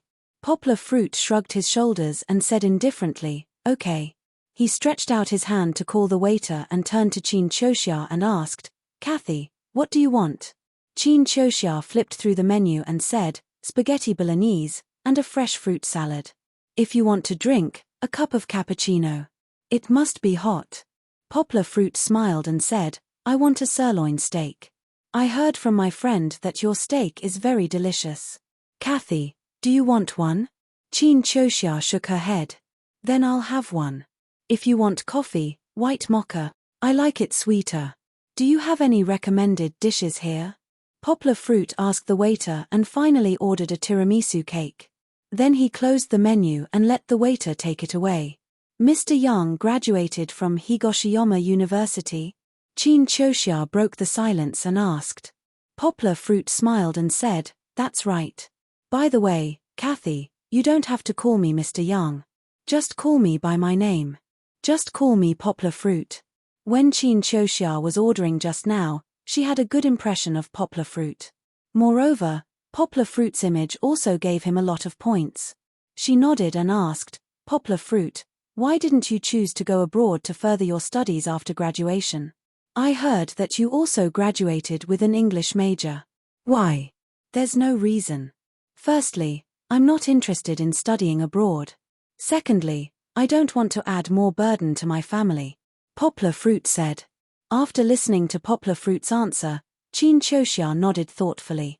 She said regretfully, what a pity. If you came back from studying abroad, the chances of getting an offer from a big company would be much higher. Of course, I'm not talking about salary. Just like my current company, PNC, the future development will be much better. This is unimaginable in a small company. Poplar Fruit smiled and didn't refute her. However, he began to feel that Qin Qiuxia was worshipping foreign things. Every 3 sentences, an English word would pop out. Kathy, you came back from studying abroad? Which university did you go to? Poplar Fruit asked. When she talked about her own glorious past, Qin Qiuxia's eyebrows danced as she spoke. After listening to her, Poplar Fruit knew that the woman in front of him who praised studying abroad was only in a third-rate university in the United States of America. It wasn't even ranked in the top 500 in the world. How did Poplar Fruit know? Because he once checked the ranking of Higoshiyama University and looked at the list of the top 500 universities in the world. In his photographic memory, there was absolutely no such university that Qin Qiuxia mentioned. Although the name of the university that Qin Qiuxia mentioned sounded very impressive, Poplar Fruit was still certain that this university was not as good as Higoshiyama University that he graduated from. Poplar Fruit didn't expose her, nor did he laugh at her. After all, she also spent a few years on the other side of the ocean to get a master's degree. It was considered a gold-plated degree. It was much more noble than his own degree. Chapter 57. When it came to her experience studying abroad, Qin Qiuxia was like a chatterbox. Under the guidance of Poplar Fruit, who used to be a foreign trade elite, she became happier and happier as she spoke. She almost revealed all of her details. Speaking of which, Qin Qiuxia did have the right to be proud. She was an overseas returnee, had a master's degree, and had a good appearance. Her job was also the kind that Poplar Fruit used to look up to: high monthly salary, high benefits, more than 15 months of salary a year, work location in the CBD center, and a comfortable high-end work environment. With her qualifications, she could indeed look down on most of the graduates in China. However, Qin Qiuxia's words expressed contempt for her domestic education and small company work made Poplar Fruit feel a little uncomfortable. Probably because she drank too much foreign ink. There were always some people in China who came back from studying abroad and boasted that they were superior. They thought that everything was good abroad and nothing in China was pleasing to their eyes. It was as if they had been brainwashed by pyramid schemes. They thought that the outside world was beautiful, free, and vast, and that there were restrictions everywhere in China and the system was rotten. But was that really the case? In fact, there was a dark side under any system. Some people only saw good things abroad and ignored the bad side. However, when they looked at China, it was the opposite, and all the good things were ignored. Poplar Fruit was not superstitious about how good China was, but he also did not think that it was heaven abroad. Every year, so many people came back from studying abroad. Could it be that they did not know what was good and did not want to stay abroad? Wasn't it because they stayed abroad for too long and felt uncomfortable everywhere, and it was easy to encounter racial discrimination? In the end, they found that home was still the warmest. Therefore, although Poplar Fruit was too lazy to refute or correct these people's wrong views, he always felt unhappy when he heard such words. How could a person forget their ancestors? While the waiter was serving the dishes, Poplar Fruit interrupted Qin Qiuxia's leisurely talk and said with a smile, "Kathy, try the cooking of this cafe." He also kindly pushed the tiramisu cake in front of Qin Qiuxia. Qin Qiuxia's eating posture was very polite. She used the fork and spoon very pleasing to the eye when eating noodles. On the other hand, Poplar Fruit's knife and fork were somewhat clumsy when dealing with the steak in front of him. It wasn't that he hadn't eaten Western food before, but he only had a few experiences of eating with a knife and fork. In order to prevent the knife and fork from making a sharp sound on the white porcelain plate, Poplar Fruit struggled to cut the steak into pieces. The afterglow of the setting sun had already dissipated. The dim yellow lights of the coffee shop, coupled with the faint sound of the violin, made the atmosphere even more romantic and warm. However, Poplar Fruit was not in the mood to savor it. He was now blushing as he hurriedly finished the ugly steak in front of him. At this time, Qin Qiuxia was quite tactful. She didn't say anything about Poplar Fruit's actions. She picked up the cappuccino and took a sip. Then she picked up the tablecloth and wiped the corner of her mouth. She looked at Poplar Fruit and asked, "Poplar Fruit, what do you do now?" "Right now," Poplar Fruit thought and said, "I'm self-employed." Self-employed? Qin Qiuxia had gone on many blind dates, but this was the first time she met someone who said that he was self-employed. After all, it was possible to say that you were self-employed without a job. She asked in confusion, "Then do you want to open a company?" "Open a company? I don't have that plan right now." Poplar Fruit shook his head and said. Qin Qiuxia frowned and asked, "Then do you stay at home all day?" Looking at Poplar Fruit nodding, she asked again, "If you stay at home all day, how do you ensure your income? Do you need your parents to support you? You are the most useless group of people in this society." At this time, she realized that her tone was a little harsh. She was afraid that Poplar Fruit would be angry, so she quickly said, "Sorry, I don't mean that. No, no." Poplar Fruit smiled and said, "I can understand what you mean, but you might have misunderstood. When I said self-employed, it doesn't mean that I don't have a job at all. I am a translator, so I can work at home. I don't need to go to work." Translator. Oh. Qin Qiuxia nodded thoughtfully and said, "I understand." She hesitated and said, "I also have a few friends. They are also in Poplar Fruit's line of work, but their salary is really not high, and this line of work is very tiring." "Haha, it's just a hobby." Poplar Fruit laughed and said. Qin Qiuxia was now paying attention to Poplar Fruit's feelings, but Poplar Fruit still had some complaints in his heart. If they really calculated, it was really hard to tell whose income was higher and who was lower. After all, Poplar Fruit's monthly income was now at the level of 50,000 to 100,000. Speaking of tiring and hard work, Poplar Fruit wanted to laugh even more. What kind of work was harder than working in a foreign company, referring to the same salary? Foreign companies had to work more than 10 hours a day, and sometimes they had to work overtime on weekends. Poplar Fruit only translated for 5 to 6 hours a day, and the rest of the time was under his control. If there was anything, he could give himself a break at any time. When it came to tiring and hard work, there was really no comparison between the two. Poplar Fruit found that as they talked about money again. This was one of the reasons why Poplar Fruit didn't like to go on blind dates. He remembered seeing a joke before, about a man and a woman going on a blind date. The woman asked, "Do you have a house with 3 bedrooms, 2 living rooms, and 2 bathrooms?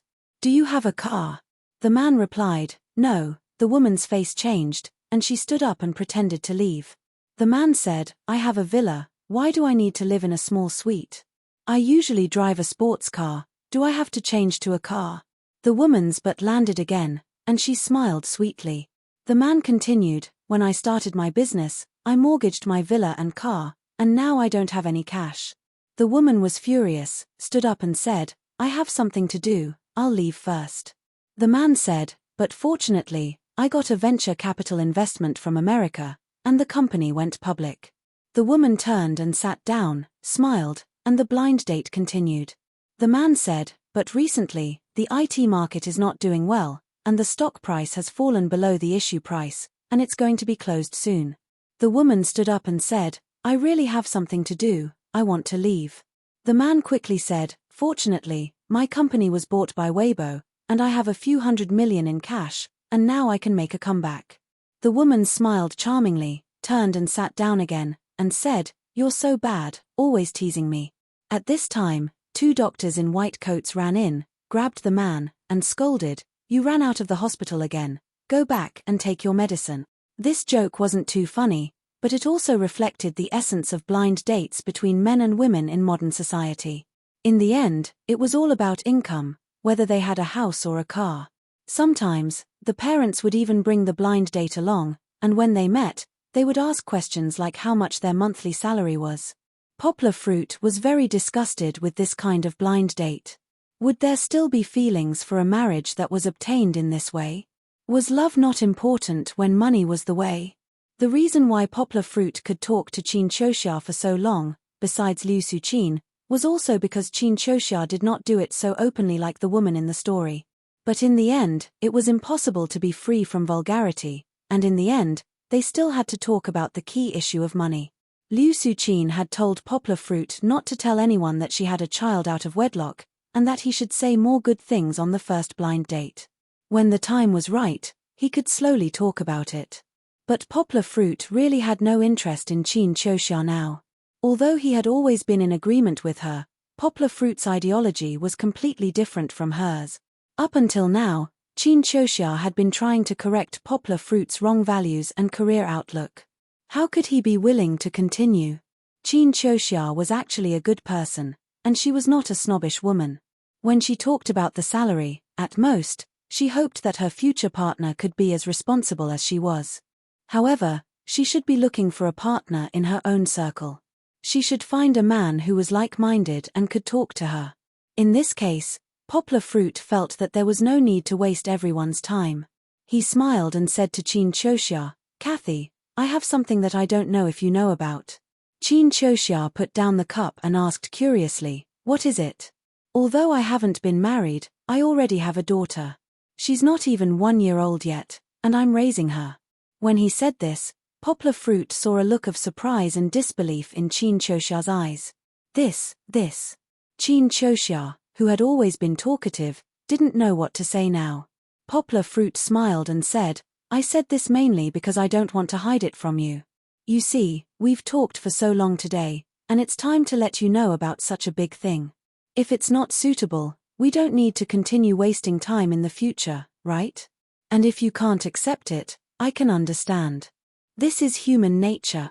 Poplar Fruit saw that Qin Qiuxia was in a dilemma, and simply gave her a way out. At this time, Qin Qiuxia also showed the ability and straightforwardness of a female elite working in a foreign company. She packed her bag, stood up, and reached out to Poplar Fruit. She said, "I admire and appreciate your honesty, but this is a big matter of marriage. I really can't. Please understand." Poplar Fruit quickly stood up. He was at least 2 heads taller than Qin Qiuxia. Poplar Fruit leaned over to shake hands with Qin Qiuxia and said with a smile, "It's okay, I can understand. So that's it for today." Qin Qiuxia walked out of the booth and said, "Today, it's on my treat. I know it's not easy for a man to raise a child." Poplar Fruit had just sat down, but he quickly stood up and said, "No, okay, you don't have to fight for it." Qin Qiuxia now fully showed the temperament of a strong woman. Before Poplar Fruit finished speaking, she pushed Poplar Fruit back to his seat, waved her hand heroically, and said, "Goodbye, we'll meet again in the future." She went to the front desk to pay the bill without any explanation, and only left Poplar Fruit with her back. Poplar Fruit didn't know whether to laugh or cry. He stood up again, shook his head, and shouted gloomily in his heart, "What's not easy? It's easy for me. I'm really rich." Poplar Fruit felt that his self-esteem was a little bit damaged after being sympathized with by a woman, and let her pay for the blind date. So be it. The first blind date of his life could be considered to have ended in a dramatic way. Poplar Fruit's right hand hooked the coat on his shoulder, and his left hand in his pocket, slowly walked out of the coffee shop. It was late at night, and the streets were brightly lit. People came and went on the sidewalk. It was so noisy. How could it be more comfortable than home? Poplar Fruit took out his mobile phone and called Song Jiwen. Although the car hadn't arrived yet, Poplar Fruit was ready to receive the old lady's reprimand. Chapter 58. Here comes the food. Poplar Fruit walked out of the kitchen with a smile. He was holding Kiki's milk bottle in his hand. He shook the milk inside and walked over to Kiki as if he was showing off. Kiki was half lying in the rocking chair. She kicked her legs and looked at Poplar Fruit. She put the finger of her right hand into her mouth and moved her lips up and down. It was unknown whether she was biting or sucking. "Aya, Kiki, why are you eating your little hand again?" Poplar Fruit frowned and squatted beside the rocking chair with a puzzled expression. Kiki looked at her father's enlarged face and felt very happy. She raised her left arm and waved it in the air. She almost touched Poplar Fruit's face, as if she wanted her father to taste it too. Poplar Fruit chuckled and reached out to pull Kiki's right hand out of her mouth. He stretched his head over and pretended to bite it. He said threateningly, "Oh, if you don't listen to me, Daddy will eat you." Kiki's little hand that was covered in saliva had a milky fragrance, but it was wet. Poplar Fruit picked up the small handkerchief beside the rocking chair and wiped it for her. Kiki didn't understand, but she was amused by Poplar Fruit's actions. She kicked her legs high and touched Poplar Fruit's hair. She even grinned and laughed. Poplar Fruit carried Kiki out of the rocking chair and raised her in front of his face. He touched her forehead with his head and said, "Still naughty, still naughty." Kiki didn't want to be outdone and fought back. Poplar Fruit played with her for a while. Finally, he kissed her little face and happily took her back into his arms and began to feed her milk. Poplar Fruit looked at Kiki greedily sucking the milk in the bottle and rubbing the pacifier at the front of the bottle. He suddenly understood. It turned out that Kiki liked to eat her own hand so much recently. It wasn't that she really thought that her white and tender hand was delicious, but that she treated her own hand as a pacifier. Poplar Fruit remembered reading a parenting book in the past. It analyzed the reasons why children ate their hands. One of the reasons was that children were attached to the source of milk. They would unconsciously put their little hand in their mouth and suck. This was especially true for artificially fed children. Every time the milk in the bottle was finished, the parents would take the bottle away. That way, they would have fewer chances to suck, and they would gradually turn to suck their own fingers. This situation would continue until the sucking reflex gradually disappeared. Only then would the situation slowly improve. There was another reason why children ate their hands. It was because when a child was about to teeth, the child's gums would feel uncomfortable. She would feel itchy and even painful. Then, she would crazily put her little hand into her mouth to relieve this uncomfortable feeling. No matter what the reason was, Poplar Fruit couldn't let Kiki eat her own fingers every day. Human skin would wrinkle or even break if it was soaked in water for a long time, let alone Kiki's delicate skin. Looking at Kiki, who was still desperately sucking the milk, Poplar Fruit thought to himself, "It's time to buy her a pacifier that she can bite on." At this time, Poplar Fruit's phone rang. However, Poplar Fruit was still feeding Kiki. His hands were not free, so he didn't pick up the phone. The phone rang for a long time before it stopped. Who was it? Poplar Fruit was very puzzled. He would call back later. Poplar Fruit noticed that the corners of Kiki's mouth were glistening. This was definitely not from when she was drinking milk. It should be because she had bitten her finger in her mouth just now, which stimulated her mouth to secrete more saliva. Then, it flowed out. After Kiki finished drinking, Poplar Fruit quickly took a small towel to wipe the saliva from the corner of her mouth. After putting down Kiki in the rocking chair and putting away the milk bottles, Poplar Fruit finally had time to pick up the phone from the coffee table. "You can't eat your hand." Poplar Fruit reached out and pulled Kiki's right hand out of her mouth. He said, "Be good. Daddy will buy you a pacifier tonight." He turned his head and pressed the home button on the phone. The screen lit up. It was his mother. Poplar Fruit unlocked the screen and dialed back. "Hello, Mom." "Fruit, why didn't you answer the phone until now?" Shu Jinfeng asked anxiously. Hearing Shu Jinfeng's tone, Poplar Fruit became nervous. He quickly asked, "Mom, what happened at home?" "Nothing happened." "What happened at home?" Shu Jinfeng asked back. "No, I'm going to faint." "If there's nothing wrong, why are you so serious?" "I thought something big happened. That gave me a fright. I was feeding Kiki just now, so I didn't have time to answer the phone." Poplar Fruit didn't know whether to laugh or cry. "I'm worried about you. Fruit, don't take the train these days." That, Brother Tai, what's the name of the news?" Yang Guo could vaguely hear her father Yang Tai's gruff voice on the other end of the phone. Train? What train? You didn't remember the train news said it so many times. Yes, yes, yes. I'm stupid. You're smart. Xu Jinfeng scolded him, then turned back and said, fruit, yes, it's called a train. Don't take the train these days. Ayo, the news is talking about it these days. It scared people to death. Two big iron boxes collided and hundreds of people died. Xu Jinfeng's words made Poplar Fruit feel that she was a little frightened. Poplar Fruit looked up and rolled his eyes. He was a little speechless. After a pause, he said, Mom, did you see the train accident that happened last week? It happened a few days ago. The two trains collided for some reason. At that time, the internet was abuzz. How could Poplar Fruit not know? Yes, that's right. That's it. Xu Jinfeng said. How long has it been since this happened? You're only telling me now. And it's not as scary as you said. Hundreds of people died. The statistics on the news are out. 40 people died. Poplar Fruit said helplessly. Is 40 people a small number? Didn't you see that the car flipped over? How good can the people be? Xu Jinfeng said unhappily. I know. I also saw the pictures of the scene. It's quite tragic. But you don't have to be too scared. This kind of thing doesn't happen every day. How can it be so coincidental? Poplar Fruit said. I think you're not alert at all. Xu Jinfeng seriously criticized Poplar Fruit's careless attitude. It'll be over when you encounter it. Do you know? Do you think such a big thing is a coincidence? It's all because of the negligence of the people in charge of the railway. They eat, drink, and play every day, squander the people's money, and play games at work. How can they be in the mood to work?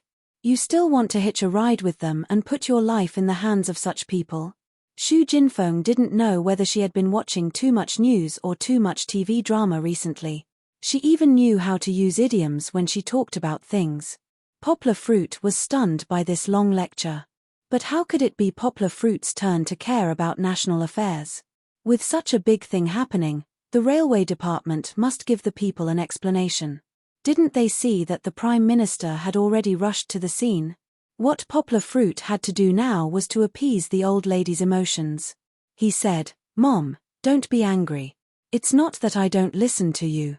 You see, recently, I've been staying at home all day to take care of Kiki. How can I have the chance to go outside and take the train? Right. I don't go anywhere to play. Xu Jinfeng thought about it at this time. Her tone softened and she said, it doesn't matter if you have or not. Anyway, you have to be careful. Let's not take such a dangerous train. It's not that fast. Go to the bus station and take 5 or 6 hours to get home. Yes, you're right, Poplar Fruit agreed. By the way, what about the blind date last week? Tell me, how did it go wrong? Xu Jinfeng's tone changed. Poplar Fruit's head was about to explode. Why did they suddenly talk about his blind date? Poplar Fruit wailed in his heart, Mom, I want to talk to you about current affairs and politics. Let's not change the topic so quickly, okay? Poplar Fruit braced himself and briefly explained the situation to his mother. Then, with a bitter face, he was bombarded by his mother's views on marriage for half an hour. Poplar Fruit's history of struggle from childhood to adulthood gave him a wealth of experience in dealing with his mother. In this kind of situation, it was absolutely impossible to talk back to his mother. Debating with Xu Jinfeng, who was a teacher, was definitely an act of suicide.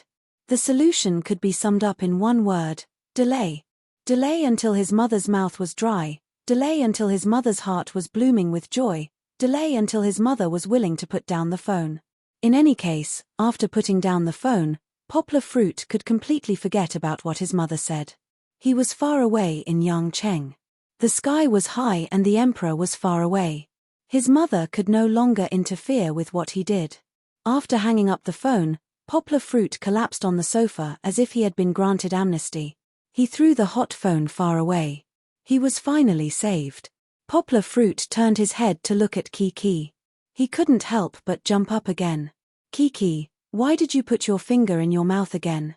Poplar Fruit angrily pinched Kiki's little face. He pulled her right hand out again and held it down to prevent her from putting it back.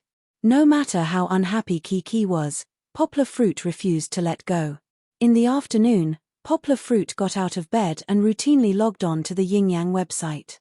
He discovered that after a week, he had thought that there was no hope for the recruitment of translators for cult leader Qiao's biography. Poplar Fruit passed the first round of translation tests. Like the other 49 people who passed, he received an invitation for the second round of translation tests. Clap, clap, clap. Poplar Fruit pressed his knuckles together and pressed the button to accept the second round of translation tests with a face full of fighting spirit. The page jumped to a new document page. The second round of translation test was for cult leader Qiao's biography author, Walter Isaacson. Another selection of works by Walter Isaacson. Of course, it wasn't his more famous and best-selling books that had already been translated into Chinese. The Yin Yang website wasn't stupid enough to take out Kissinger's biography, Benjamin Franklin, and Benjamin Franklin. Benjamin Franklin, An American's Life, Einstein, Life and the Universe, and other works for them to read. This selection came from an article that he published in one of the company's publications when he was the editor-in-chief of Time magazine. This publication wasn't popular in China, so naturally, not many people had read it. However, Poplar Fruit happened to be one of the few people who had read the original text. Some time ago, for this audition, after submitting the first round of translation, he searched for all of Isaacson's works on the internet.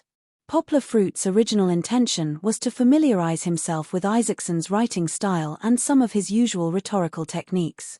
He didn't expect to accidentally read this article on a website. Although Poplar Fruit only used English to understand the article, it didn't stop him from memorizing the entire article. When he saw this excerpt, Poplar Fruit immediately recalled the content of the full article. The next step was very simple. Poplar Fruit only needed to translate the understanding in his mind into Chinese, polish it a little, and the translation would be fresh out of the oven. It's not that difficult. Poplar Fruit thought as he sent the translation back. He raised his head and stretched lazily. Chapter 59. Turn it on, Song Jiwen said excitedly. Wait, there's another line, Poplar Fruit shouted. Poplar Fruit's study now had 3 desks. One was his desk, one was his computer desk, and the new one was Song Jiwen's computer desk, which he had just bought today. Song Jiwen's busy work had finally come to an end. For the past month, he had been burning the midnight oil even when he got home from work. All kinds of boring text materials were driving him crazy. It wasn't until he got off work last night that he rushed to Poplar Fruit's house and cried, "I'm finally free." Originally, he thought that since they lived opposite each other, they could play games together at night. He didn't expect that after living here for more than a month, let alone play games together, he didn't even have time to play on the computer. Song Jiwen's battle axe had been hungry for a long time. As soon as he had some free time, he immediately ran to the home market to buy a computer desk and placed it in Poplar Fruit's study. Then, he moved the desktop that was specially used to play games over. Song Jiwen said righteously, "From now on, this room will be our game room." Poplar Fruit's repeated protests were to no avail, so he had no choice but to change his sacred study. It wasn't a very big room to begin with. There were 3 bookshelves and 3 desks. Poplar Fruit felt that it was a bit crowded, but it was still acceptable. Anyway, as long as Song Jiwen didn't occupy his favorite windowsill, he didn't care about these details. Okay. Poplar Fruit clapped his hands and raised his head. Oh! Song Jiwen shouted as he pressed the power button. He sat in the comfortable ergonomic gaming chair and rubbed his palms. "Help me turn it on."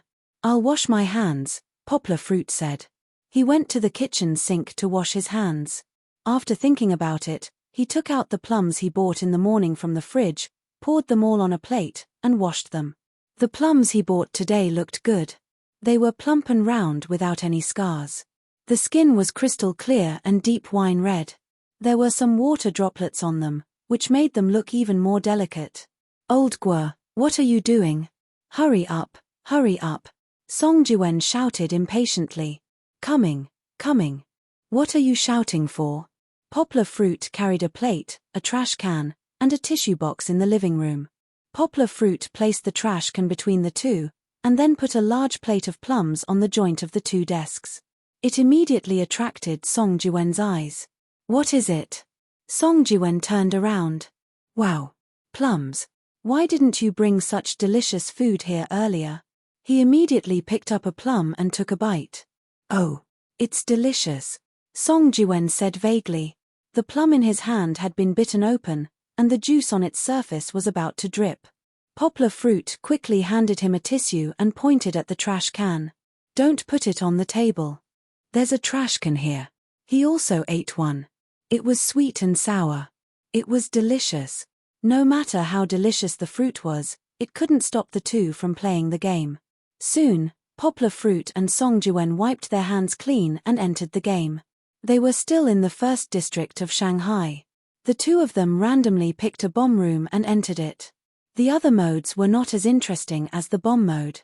Probably all the players who had played Counter-Strike would feel this way. The map was Power Station. There were no familiar IDs in the room.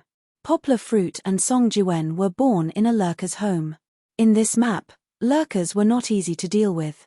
This was because if they didn't know how to cooperate, it was easy to create a situation where several people were squeezed in the middle lane and sniped at each other. Poplar Fruit didn't care about the others. He said to Song Jiwen, "We're not in a hurry. Let's take it slow. Let's see how our teammates play first." Song Jiwen nodded. He took his AK to the small bridge and tried to shoot at the enemy in the Hidden Scriptures Pavilion. Poplar Fruit used the sniper. As he had guessed, there were 3 snipers in the middle lane. Including Poplar Fruit, there were 8 lurkers. How could they play? There was no space in the middle lane. Poplar Fruit had no choice but to run to the small bridge. At this time, Song Jiwen was exchanging fire with the enemy in the Hidden Scriptures Pavilion at the junction of the second building and the small bridge. Poplar Fruit dodged and fired. The enemy was hit in the chest and fell to the ground before they noticed. However, Poplar Fruit wasn't the first to kill an enemy. In the middle lane, they were the first to be attacked by the enemy. 3 snipers squeezed in the middle. The enemy's sniper in the middle lane could hit someone with a random shot. Soon, they lost 2 people in a row. Poplar Fruit didn't have time to feel depressed. At this time, gunshots were heard in the middle lane. There was only one sentence left in his mind. "There's someone in Avenue B." He didn't need to look. In his mind, he guessed the enemy's movements based on the casualties on his side. The first flash came from Avenue B. 1 or 2 people rushed out and killed the lurkers who were squatting on the clothesline above the saw and the 2 machine gunners near point B of the saw. Then, they threw 2 grenades and killed the last lurker in the middle lane. In an instant, the situation changed. There were only 3 lurkers left, and there were still 7 defenders. What should he do? Poplar Fruit was very decisive. He immediately left the first building and ran from the small bridge to the second building. Then, he said to Song Jiwen, "Help me watch the people coming up the stairs." He sniped from the window of the second building. Sure enough, an enemy threw a flash from the stairs. However, it only landed on the second floor of the first building. It didn't affect Song Jiwen. When Song Jiwen saw the enemy appear, he clicked the mouse. The powerful firepower of his AK directly penetrated the wall of the stairs and turned the first enemy into a sieve. The people who were following behind quickly hid. As soon as Song Jiwen's gunfire stopped, Poplar Fruit saw a figure from the second-floor balcony. A defender wearing a black bulletproof vest only poked his head out of Poplar Fruit's scope before he was killed by Poplar Fruit.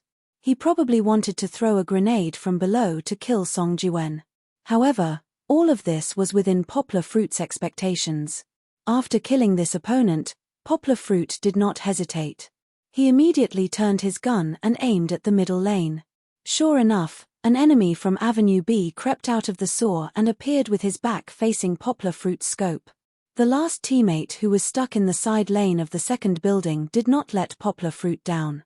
He killed the person who came out of point A. The situation changed dramatically once again. The original situation of 7 versus 3 defenders was reversed by Yang Guo and the others in less than 10 seconds. Now, it was 2 versus 3. Go to point A or point B? Song Jiwen shouted. Go to point A, Poplar Fruit said. He judged that there should be at least one enemy on the way to point B. The terrain of point B was more complicated. For the lurkers who had the advantage, going to point A was a better choice. Okay. Under Poplar Fruit's cover, Song Jiwen picked up the C4 from the middle lane and called for his teammate. The three of them formed a triangle and surrounded point A. After passing through the middle lane, Poplar Fruit went to point A2, Song Jiwen went to point A1, and another teammate came out from the side lane. The first to fire was Song Jiwen, who was carrying a backpack. He was very smart and did not continue to fight to the death. He fired while dodging, drawing the enemy's line of fire. Then, his teammate who jumped out from the side lane successfully finished the job. After searching, Song Jiwen dropped the backpack. Poplar Fruit was stuck in the corner of the connecting point with a sniper. The last guardian did not take a detour. He directly rushed back from point B with a gun. In the end, he was killed by Poplar Fruit as soon as he poked his head out from point B. What's a reversal? This is a shocking reversal. Haha. A teammate on the lurker's side excitedly mocked in the public channel. As a result, a few people on the other side were not convinced and quarreled with him. Poplar Fruit and Song Jiwen were not so excited. The two of them silently high-fived each other and prepared for the next round. In the previous round, Poplar Fruit could clearly see the strength of the opponent. Indeed, there was no one with good marksmanship. The opponent's sniper in the middle lane was okay, but it was only okay. Compared to Poplar Fruit, he was still not good enough. In the second round, the two original snipers on the lurkers' side wisely gave up. Instead, they switched to machine guns and followed the rest to point A. As a sniper, Poplar Fruit did not run too far ahead. After the rest of the team rushed past, he ran to the bottom of the library. He turned around and aimed at the intersection between Avenue B and the lurker's house. Almost everyone was shooting at point A, but there was still one sniper on the lurker's house. He stubbornly stood at the slope of the lurker's house and looked at Poplar Fruit foolishly through his scope. This made Poplar Fruit a little speechless. There were 5 defenders guarding point A. In the process of the charge, the lurkers also lost a lot of people. However, with the advantage of numbers, they took down point A with one less person sacrificed. Of course, the defenders at point B could not sit still. They rushed to point A when the gunshots were heard. One of them wanted to flank the lurkers but from the middle lane. He rushed out of Avenue B and was shocked when he saw Poplar Fruit's teammate on the slope of the bandit's house. However, Poplar Fruit's teammate was also shocked. Not only was his first shot slow, but it also missed. The defender quickly moved, wanting to finish him off before Poplar Fruit's teammate's bullet could reach him. Before the defender's muzzle could adjust, he suddenly felt his body shake and slowly fell to the ground. Poplar Fruit calmly fired a shot and saved his cute teammate. 2 more left. Song Jiwen had already died. He looked at the view of his teammates on the screen and shouted, "There are 2 people at the connection point." Poplar Fruit did not hesitate. He immediately switched to a flash and threw it. He immediately switched back to the sniper rifle. As soon as the flash grenade exploded at point A2, he flashed out from the middle lane. There was no one in the middle lane, so he jumped from the corner of the wall to point A2. While he was in the air, he completed the 3 steps of scoping in, finding the enemy, and pulling the trigger. He killed one. The sniper rifle was still scoping in when a defender suddenly rushed out from the connection point. He was holding an M4A1 and was shooting at Poplar Fruit. The situation was extremely urgent. Poplar Fruit was shot in the foot and lost half of his health. He did not wait for the sniper rifle to return to its position. He decisively switched to the Desert Eagle and steadily fired a shot, hitting the defender right in the head. The defender fell on his back. His black muzzle spat out a string of flames along the wall and into the sky. Fortunately, there were no flying birds in this game. Otherwise, he might have been unlucky enough to be accidentally injured. After winning another game, the teammate who had been hooting earlier once again turned on the taunting mode and started to curse at the opponents. Poplar Fruit was helpless. He ignored them and focused on the game with Song Jiwen. This game was one-sided. Poplar Fruit and Song Jiwen led the lurkers and slaughtered the defenders. However, at this time, the victory or defeat did not seem to be important. The entire game's limelight was stolen by the taunting battle between Poplar Fruit's teammate and the defenders. In the last round, the defenders who were labeled as AC Long Yu said indignantly, "Arrogant my ass. If you have the guts, play a game with our team, let's play. I'm not afraid of you." The teammate who had been taunting them for 100 years agreed. Chapter 60. Returning to the waiting screen, Poplar Fruit called out to Song Jiwen and said, "Mosquito, don't go. Let's continue playing. This kind of grudge game is the most interesting." Song Jiwen thought about it and understood. He smiled and said, "That's right. It's best if a few experts come." Soon, a lot of irrelevant people left their rooms. The teammate PS Frog, who had turned on the taunting mode, was very excited when he saw that Condor Hero and Spear Hero, who had played the best in the previous game, had stayed. He shouted at the other team in the room, warning them not to kick him out. "Who kicked people out? You can call anyone you want. Do you think we're afraid?" The other team replied coldly. AC Dragon changed to a new map, Desert Ash. This map was transplanted from Counter-Strike's Dust 2, so Poplar Fruit was very familiar with it. The scale of the battle changed to 5v5, with 7 rounds per round. They probably called for people in the team chat. Soon, a few people were replaced and a few unfamiliar IDs came in. There were 3 people who stayed in Poplar Fruit's room. PS Frog called another teammate, PS Fleeting Years, but the last empty seat was still empty. Every time someone came in, they would be scared away when they saw the same team IDs. After waiting for 2 minutes, Poplar Fruit's mouth was full of juice from eating plums. Finally, a person with the ID Big Dragon came in and did not leave. The game started. Poplar Fruit and Song Jiwen quickly wiped their hands, turned their heads, and prepared for battle. After the map was read, Poplar Fruit and the others appeared on the lurkers' side. This time, only Poplar Fruit used a sniper rifle. PS Fleeting Years was not sure if PS Frog had told him that he used an M4A1. Big Dragon, on the other hand, was using a shotgun. This kind of gun was often seen in random games. He ran to the staircase of Cave B to ambush someone. Poplar Fruit had just started the game, and like most of the other players, he aimed his sniper rifle at the center door from the slope of the lurker's house. Suddenly, a figure flashed past. Poplar Fruit instinctively fired a shot, but he hit nothing. Poplar Fruit dodged to the side. Immediately, a bullet brushed past his shoulder and hit the wall behind him. Poplar Fruit frowned and shook his head. This shot was useless. The halftime break was too long, and his hands were a little cold. He gathered his spirit and seriously dealt with the enemy sniper in front of him. The middle gate was a process of taking the initiative. If one could control the middle gate first, they would be able to shoot before the other party. Then, the one who would fall would most likely be the enemy. Poplar Fruit had now lost the initiative because of his carelessness. Without looking, Poplar Fruit knew that the other party had already stood firm and was waiting for him with a sniper rifle. Knowing that there was a tiger in the mountain, he still walked towards it. As a sniper, Poplar Fruit maintained absolute confidence in his own strength. "So what if you have the initiative? I'm still going to kill you," Poplar Fruit thought to himself.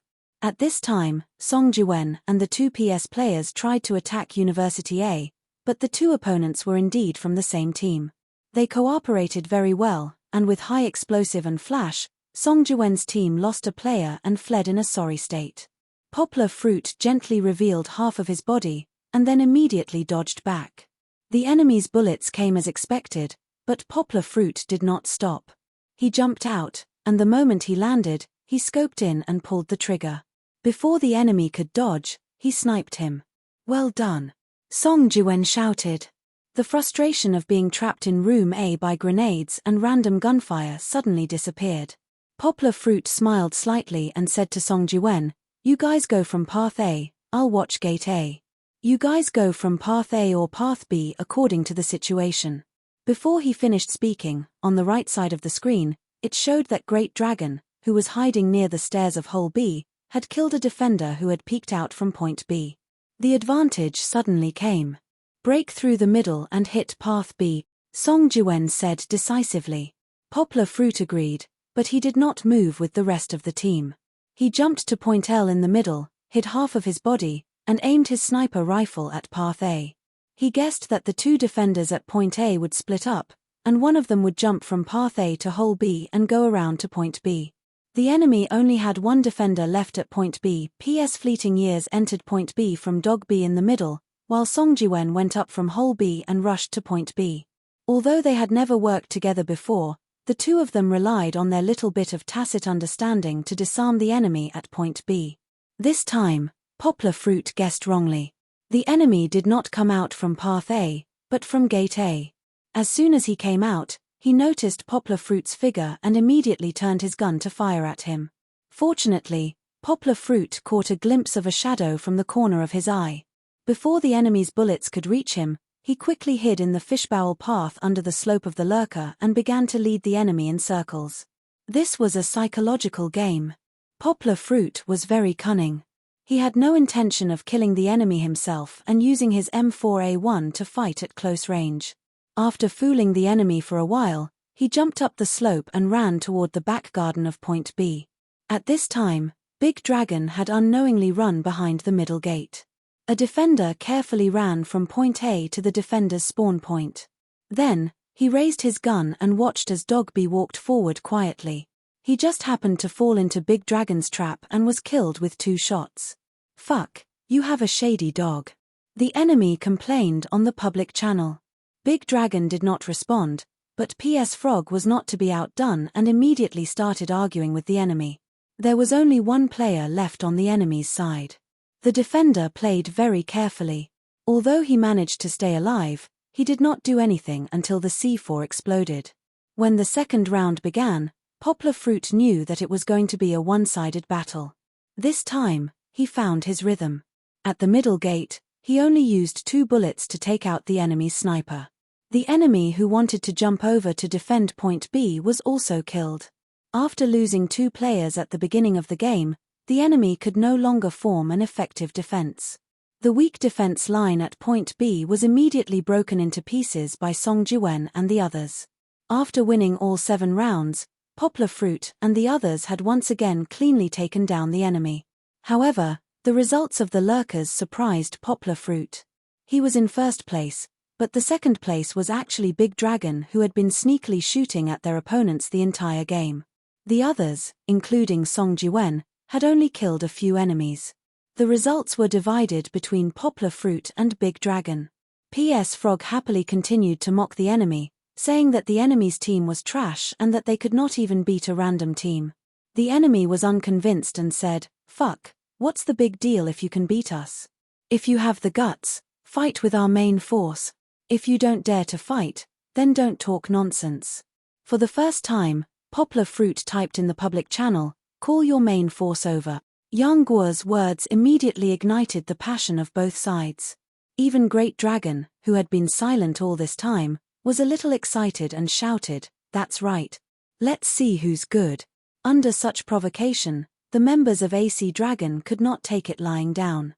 They called their teams experts one after another. Their IDs all started with the letters AC.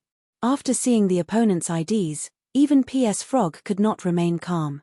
He typed in the team channel, "Fuck, we've gone too far this time."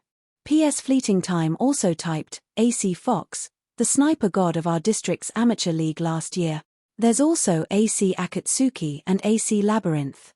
They're all AC team's main force. They think too highly of us," said PS Frog. 3 gods, 2 experts. Song Jiwen did not understand, but he asked, "Are they really that good?" He and Poplar Fruit did not care about the game's information, so they had never heard of these people. "Of course they're good," PS Frog said excitedly. AC Team was the runner-up of the Shanghai District 1 Amateur League last year. All 3 of their players are here. What do you think? Not to mention a god like Fox. Some people say that even professional teams may not be as good as him. "They're not as scary as you say," said Big Dragon, who had been watching from the sidelines. "AC Team is only at the amateur level, but their cooperation is still a little good. Fox's strength is not to be underestimated, but is still a little lacking compared to the experts of professional teams. What's there to be afraid of? It's just a game. It's rare to have a match like this, so there's no need to worry too much about winning or losing. Poplar Fruit concluded. Okay. Then let's fight it out with them, said P.S. Frog, who was the most easily excited. P.S. Fleeting Time also shouted, and everyone's enthusiasm was aroused. Before the game started, Poplar Fruit smiled and typed, "Big Dragon, are you still going to use a shotgun later?" Big Dragon replied, "Why would I? It's such a big event, of course I wouldn't dare to play casually." "Then I'm relieved," said the talkative P.S. Frog. He stole what Poplar Fruit wanted to say. "What are you going to use later?" "I'll use an AK. The Condor heroes are very good at sniping, so I won't embarrass myself, haha." "Are you guys on Crooked?" P.S. Fleeting Time asked. "I think it's more convenient for everyone to communicate in the same channel, so let's report something." Under his organization, Poplar Fruit and the others went on Crooked and entered the channel that P.S. Fleeting Time had temporarily opened. After going on Crooked, Poplar Fruit heard the voices of P.S. Frog and P.S. Fleeting Time. It sounded like they were underage children, so it was no wonder they were so easily excited. Big Dragon had a more mature voice, and it sounded a little magnetic. After a while, the two sides discussed the strategy for this grudge match, 5v5. In the first half, AC Long you would be the lurker, and in the second half, it would be Poplar Fruit's turn. There would be 5 matches in each half, and the map was still the same desert ash. Without further ado, they entered the game. When the countdown ended, Poplar Fruit took the lead and went to the middle lane to snipe at AC Fox. Perhaps it was because Yang Guo wasn't used to the change from a lurker to a defender. He made a mistake and didn't stand in the right position. Before he could open his scope, a bullet pierced through the door and into his body. Fuck, bad start. Poplar Fruit thought gloomily. Song Jiwen was also careless, and when he jumped over the middle gate, he was sniped by AC Fox. The first round was the same as the second round of the previous round, but this time it was Poplar Fruit's team that was unlucky.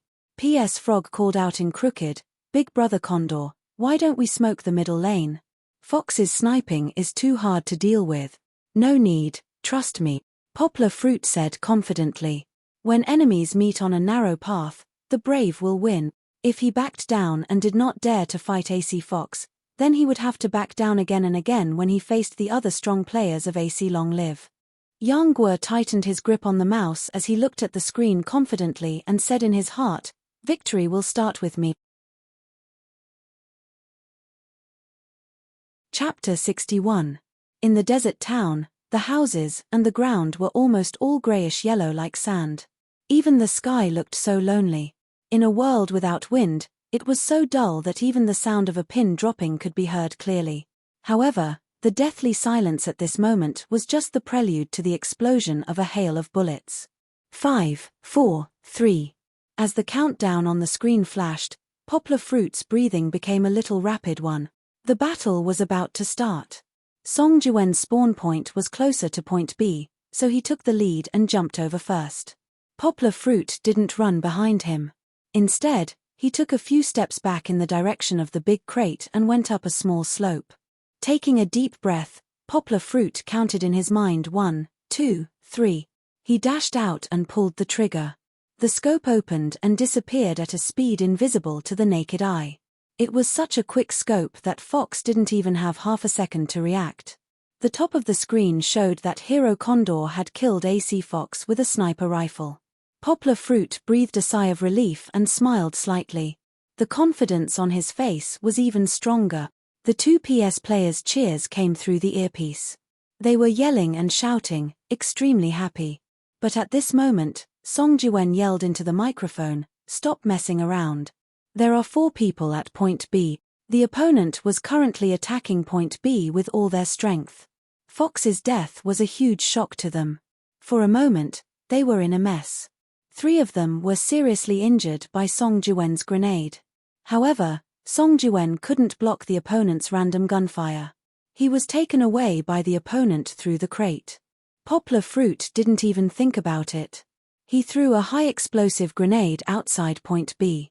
It exploded in the crowd and 2 lurkers were blown away. 2 more. Song Jiwen shouted. The 2 PS players came to the rescue. Poplar Fruit retreated to the spawn point of the defenders and aimed at Boss B from afar. On the other hand, Great Dragon jumped down from Path A and killed a lurker who wanted to rush out from the middle. The remaining heavily injured lurker didn't even have time to unpack his backpack before he was quickly killed by the 2 PS players. After winning this round, the defenders' morale was greatly boosted. The third round began with the match between Poplar Fruit and Fox. Ever since he was caught off guard by Poplar Fruit in the last round, Fox became more vigilant.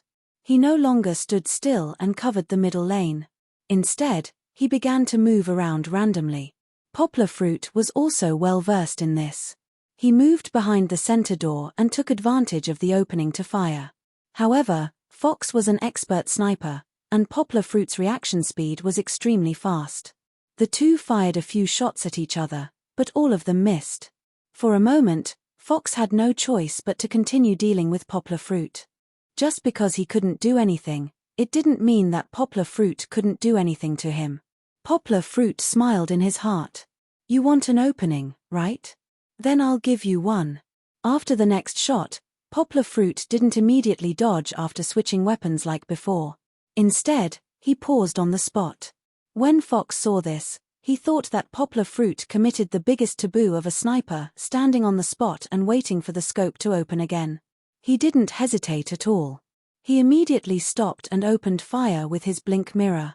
Just as he opened his blink mirror for a fraction of a second, he realized that Poplar Fruit, who should have been in his field of vision, had disappeared. A few words flashed in his heart. I fell into a trap. That's right. Poplar Fruit only stood on the spot for less than a second before he moved sideways. The moment Fox pulled the trigger, Poplar Fruit also stood outside of his scope and opened fire. Fox didn't have time to pull back his gun to dodge. He only felt his body shake. He was shot. Who is it? He's so strong. In a rented apartment in Magic City, a young man in his early 20s took off his headphones. He looked at the darkened screen in disbelief. He clicked on the tab to look at his opponent. An unknown ID. After this round, the opponent lost another member and couldn't complete a comeback. In the end, the defenders stubbornly defended. In this battle, Poplar Fruit killed 2 people with his sniper rifle. Song Jiwen killed 1, Big Dragon killed 1, and PS Frog killed 1. It was 2-1 now. They went from being behind to overtaking. The defenders' morale was high. In the 4th round, Poplar Fruit was jumping around the middle door. However, he didn't see Fox come out to snipe him. Scared? Poplar Fruit laughed in his heart. Of course, Fox wasn't scared. After playing with sniper rifles to his level, he wouldn't have the word scared in his heart. However, as a sniper in an amateur team who had played in competitions, he understood that this wasn't the time for one person to show off. After all, CF was still a team game. Under his command, the lurkers carried 3 and 2 of A's while he, AC Akatsuki, and AC Maze, the 3 best shooters in flash smoke, rushed out from A's door. The 2 PS Frog players couldn't block them at all. They were killed before they even saw anyone. There were still 2 players from AC team holding back Big Dragon on the platform. Fox fired a shot from afar and finished him off. The last defender at A's door was cleared. AC Akatsuki ran towards A's platform first. Poplar Fruit wouldn't let him pass so easily. Even though AC Akatsuki jumped and changed speed, Poplar Fruit only flicked his mouse and fired before the crosshair on the screen was even aimed at him. The bullet flew out and AC Akatsuki, who had jumped into the air, fell to the ground. Yang Guo was aiming at where he was going to make his next move. Fox realized that something was wrong and hurriedly called for his teammates to smoke up. White smoke filled the entire A's platform. Poplar Fruit had no choice but to let them pass. At this time, Song Jiwen, who had just walked out of BS entrance, had bad news. He had just revealed his foot and was killed by a lurker waiting on the side path. After entering the encirclement, Poplar Fruit had a 1v4. Even though he bravely killed a lurker who jumped down from the middle lane, he couldn't escape from Fox's soul-chasing sniper. 2-2, It was a tie again. This time, Poplar Fruit and the others saw the coordination of the team that had taken second place in the amateur league. PS Frog still described the scene of them being broken through with fear. 2 flashes flew out at the same time. One exploded on A's platform while the other exploded above WC. He, who was crouching at WC, and PS Fleeting Time, who was crossing defense with him on A's platform, were blinded by the flashes. Before they could see the enemy, they were finished off by AC Akatsuki and AC Maze. The opponent's coordination was good, so it wasn't suitable for them to defend at the front. Poplar Fruit thought for a moment and had them change their formation again. One person would stand at A's entrance. If someone rushed in, he would throw a grenade and then retreat. One person would stand at A's platform and A's slope. They could watch the side paths and support A's main road. But this time, Team AC didn't follow the strategy they used so well last time. They threw 2 grenades from A's side to feign an attack. Then, they used a 3v2 formation to surround BS point. Poplar Fruit, who was caught off guard, finished off one person, but he was still shot full of holes by the lurkers who rushed up from behind. Song Jiwen couldn't hold on either and was quickly wiped out. This round, the defenders lost again. After losing 2 rounds in a row, PS Frog started to feel a little nervous. Poplar Fruit encouraged him and then had his teammates change their positions again. He had Big Dragon, who had better marksmanship, stand at A's position so that he could provide support at any time. After being rushed by Team AC for 2 rounds in a row, Poplar Fruit was a little unhappy. He waited for the countdown to end and then jumped to the right of the middle gate. He stood on BS slope and aimed his gun at A's small path. Since you like to walk A's small path so much, I'll let you understand. Poplar Fruit stared at the small path's entrance. 1. Poplar Fruit saw a figure appear and swung his mouse. With a bang, the enemy fell to the ground. 2. Poplar Fruit counted silently. The second lurker appeared in his field of vision and was about to sweep over with his AK, but Poplar Fruit's gun was faster. After he pulled the trigger, Poplar Fruit put away his gun and changed to a high-explosive grenade. He rushed into BS gate and threw it into BS hole. Fuck. Seeing a black object flying towards him, Fox quickly swung his knife and jumped back. But it was too late. The high-explosive grenade exploded beside him. He, who had already been shot a few times by Song Jiwen's AK, was blown away. The score of both sides was tied again. Team AC, who was ranked second among the amateur teams in Shanghai District 1, didn't expect that a grudge match that they thought was just some passers-by's provocation would end up in such a stalemate. Fox gritted his teeth and gave his teammates a new strategy through his headset. A new round began. Poplar Fruit realized in the middle lane that the middle gate had been completely blocked by 2 smoke grenade. He looked out from the middle gate. It was all white and he couldn't see anyone at all. At this time, concentrated gunshots came from A's small path. They had actually rushed out of A's small path with a smoke grenade. This time, AC Akatsuki and AC Maze were mainly attacking the small path. A's small path wasn't peaceful either. The PS Frog in A's small path was already calling for help. He couldn't hold on much longer. Not good. Poplar Fruit gritted his teeth and ordered his teammates to try their best to stall for more time. Then, Poplar Fruit let Song Jiwen switch to the middle lane. He hurriedly went around BS small path. Just as he ran into BS small path, A's small path was officially breached.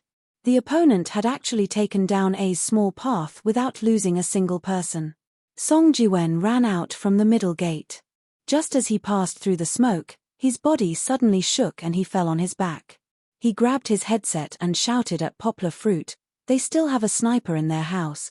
Poplar Fruit's eyes widened. He ran from BS small path to the lurker's back garden. He didn't dare to leave any footsteps behind. He crouched and jumped all the way. Just as he went up the slope, Poplar Fruit caught a glimpse of a person in front of him. He quickly crouched down. With a swoosh, a bullet flew over his head. As expected of the amateur sniper god in Shanghai's first district, Fox, he actually realized that Poplar Fruit was flanking him. At this time, the wails of PS Frog could be heard from Poplar Fruit's headset. He was the last remaining teammate at A's small path. Although he hid in the toilet and stubbornly resisted, he still couldn't escape the fate of being annihilated. "Shut up!" Song Jiwen shouted in his headset. At this time, Poplar Fruit was at his most dangerous moment. After seeing this, his teammates all held their breaths, not daring to affect Poplar Fruit's judgment. Poplar Fruit didn't hide like a coward. At this time, he should be the one who was anxious. He couldn't be held back by Fox any longer. He suddenly flashed out from behind the wall of the slope. A series of picturesque yet extremely strange movements. Not only did Fox miss his first shot, but his Desert Eagle also missed Poplar Fruit. Poplar Fruit wouldn't give him another chance. He suddenly stopped and raised his gun. With a flash of the scope and a pull of the trigger, Fox was sent flying by the powerful firepower of the sniper rifle. Poplar Fruit didn't have time to appreciate the results of his battle. He spread his legs and rushed to A's door. Over at the lurker's side, Fox yelled at his teammates, "What are you waiting for? Hurry up and take cover, look at the small path." "No, we have to split up to look at A's door too." Poplar Fruit had just stepped into A's door when he received a notification. They had taken cover. There were still 45 seconds before the explosion, but Poplar Fruit needed 5 seconds to dismantle it. Therefore, there were only 30 seconds left for Poplar Fruit. Poplar Fruit didn't hesitate. He threw out a flash and jumped out decisively. The afterglow of the flash hadn't dissipated yet, and even he was dazzled for a moment. Poplar Fruit fired before he landed, taking out an enemy guarding the door on A's Avenue. Countdown, 40 seconds. Hurry up. Poplar Fruit roared in his heart. At this moment, it was as if he was possessed by a god. He had just jumped from the side of the wall into A's Avenue. In the air, he used a flash snipe. AC Labyrinth didn't even see him clearly before he was shot. Countdown, 36 seconds. Is this guy cheating? AC Labyrinth shouted in their headset. Fox said angrily, "Don't shoot at each other. We still have 2 people. Don't be afraid. We'll drag it out until he dies." This was the difference between an amateur team that had played in a competition and a random team. They didn't care about individual results and only pursued the final result. AC Akatsuki and his other teammate obediently hid behind the crates on A's platform and behind the small staircase. They were cowards. As a sniper, Poplar Fruit really couldn't do anything to them.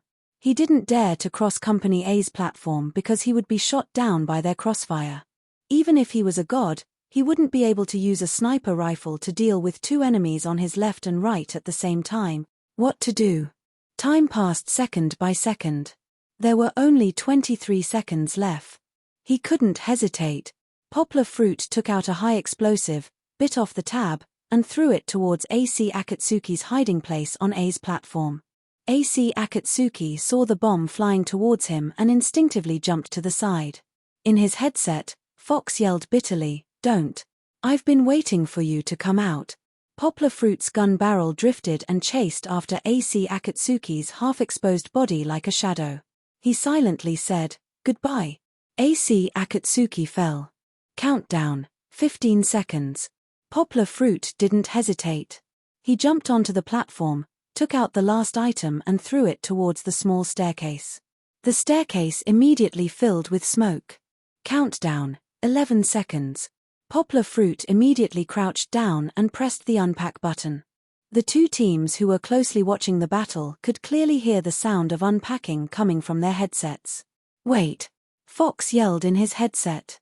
He wished he could switch places with him right now. The last lurker crouched down in the smoke for 2 seconds. He couldn't hold it in anymore and yelled, "No!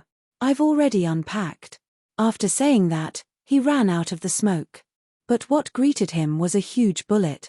Even though Poplar Fruit was unpacking, his eyes were focused on the smoke.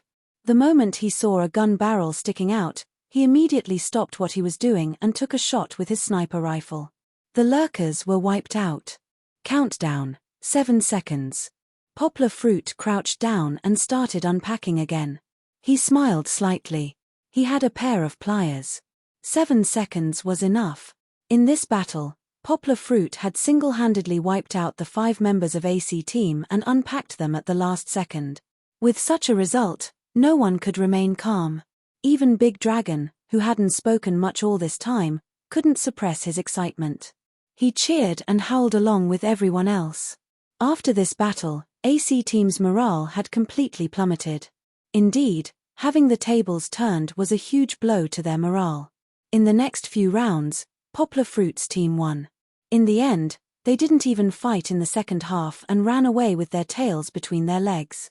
After this grudge match, Poplar Fruit and Song Juen logged out of the game and went back to sleep. Poplar Fruit slept soundly. He didn't know that this match had caused a huge commotion among the amateur and professional players in Frontline. But this was all in the future. Chapter 62. The blazing sun scorched the earth, but there was no crowd on the spacious sidewalk. There were only groups of 2 or 3, holding umbrellas and sweating profusely as they walked quickly on the white bricks, or wiping the sweat from their foreheads and hiding in the shadow of the bus stop, hoping that the bus that was like a big iron can would arrive soon. Although it was still not easy to squeeze like sardines after getting on the bus, at least there was a cool breeze blowing on the bus. A taxi drove over and stopped at the side of the road. Poplar Fruit opened the door, opened the umbrella, and carried Kiki out. The driver opened the front window near the side of the road and pointed outside to Poplar Fruit, saying, "Just go down this road." Poplar Fruit looked and smiled. "Okay, thank you, sir." He pulled out the folded baby trolley from the car and then locked the door. The taxi drove away, and Poplar Fruit opened the baby trolley with the umbrella. After carrying Kiki inside, he pulled down the roof, like a big lid covering the whole car. At this time, Poplar Fruit pushed the trolley down the road with satisfaction. After walking a few dozen meters into the small road, Poplar Fruit was surprised to find that it was a new world. On the bluestone steps and ordinary alleys, although there was no gurgling water or beautiful women holding oil paper umbrellas, there were towering trees in every courtyard. The canopies of the trees were like imperial canopies, blocking the sun and leaving behind a cool breeze. The rich greenery and mottled spots of light intertwined to form a quiet and elegant picture. Most of the people walking here were old, but they still looked dignified and well-dressed. Some of them seemed to be good friends for many years, and when they met on the road, they warmly greeted each other. Some of them walked slowly, but with a happy expression, not anxious at all. This was a small alley that was different from the fast-paced metropolis of Yangcheng. For such a leisurely and elegant place, Yang Guo felt as if she had transmigrated to the Jiangnan water town filled with a scholarly atmosphere. But if he listened carefully, the unique charm of Cantonese and the rhythm of Jiangnan's Wunong dialect was completely absent. Only at this time could Poplar Fruit be sure that he was not lost. 200 meters forward, Poplar Fruit saw his destination this time, Mudu Tea House. The tea house was decorated in an antique style, and it was entirely made of wood. Even the plaque was written with 4 traditional Chinese characters, Mudu Liuxiang. From afar, there were some old traces of smoke and fire, and it seemed to be quite old. Poplar Fruit, who had read a lot of books, had some understanding of the 2 words Mudu. Mudu was the name of an ancient town. At the end of the spring and autumn period, King Fuchai of Wu, in order to win the favor of beauty Shi Shi, deliberately built a large number of buildings on Lingyan Mountain. Wood was transported from all directions, and the river port at the foot of the mountain was blocked. Therefore, there was the illusion of Block Mudu, and the name of the town came from that. Poplar Fruit guessed that the 2 words Liuxiang should be related to beauty Shi Shi. Did it mean that when the tea was opened, the beauty would leave a fragrance? Using this name, perhaps the owner of the tea house had some relationship with the ancient town that was the most beautiful in Jiangnan. The steps were made of square stones and decorated with soft moss. Although it was a little wet, it did not make people feel that it was slippery. The old men who came from all directions lifted their trousers and walked up the 8 steps with small, light steps. They were all smiling, as if they had returned to their hometown. Poplar Fruit picked up Kiki and carried the baby stroller with one hand. He walked up the steps, put her back in the stroller, and pushed her into the tea house. Just as he crossed the threshold, a waiter, no, it should be called a waiter here, greeted him with a smile. He was wearing a green robe, with a towel on his shoulder. He bent down and stretched out his hand to greet him. "Sir, Please come in. Poplar Fruit nodded. As he walked forward, he secretly praised the service of this tea house. He asked, "Sir, how many people are there? Did you reserve a table in advance? I'm looking for Mr. Yarrow de Hua. Has he arrived yet?" Poplar Fruit said. Today, he came to the tea house not because Liu Suqin had arranged a blind date for him, but because Yarrow de Hua, the vice president of Xindar Company, had called him to talk about something. Poplar Fruit felt that this matter was very fresh. He originally thought that Xindar Company would always be hidden behind the internet, and only be a platform for translators and mercenaries to issue tasks. Since the boss of the place where he earned money sincerely invited him, Poplar Fruit also readily agreed, so today's trip was made. "Mr. Yarrow has arrived. Sir, please follow me." The waiter smiled and led the way in front. On the second floor, near the railing, a middle-aged fat man with a Mediterranean hairstyle saw them. He stood up with a smile and stretched out his hand to Poplar Fruit, saying, "You must be Mr. Yang from Poplar Fruit. Hello, I'm Yarrow de Hua. President Yarrow, hello." Although he didn't know the purpose of Yarrow de Hua's visit, Poplar Fruit's first impression of Yarrow de Hua was still good. As the vice president of a big company, it was rare for him to be so polite. Poplar Fruit also smiled and walked forward to shake hands with him. Yarrow de Hua invited Poplar Fruit to sit down and ordered tea and snacks from the waiter. After sending the waiter away, he smiled at Poplar Fruit and said, "Mr. Yang, I guess you must be very confused as to why I invited you to come out and meet me." Poplar Fruit nodded. "Before that, I want to briefly introduce myself to you," Yarrow de Hua said. "You should know my position. I'm currently the vice president of Xindar Group, and the president is my brother.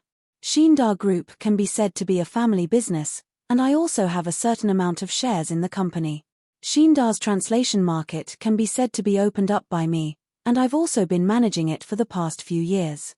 And after more than 10 years of development, we are preparing to establish Xindar Translation Company in the second half of this year as an independent subsidiary of Xindar Group. In the future, the translation market will be handed over to Xindar Translation Company. Xindar Group will no longer interfere with the management and strategy of the new company, and I will also become the president of the new company." Poplar Fruit looked at him in confusion. Why is he telling me this?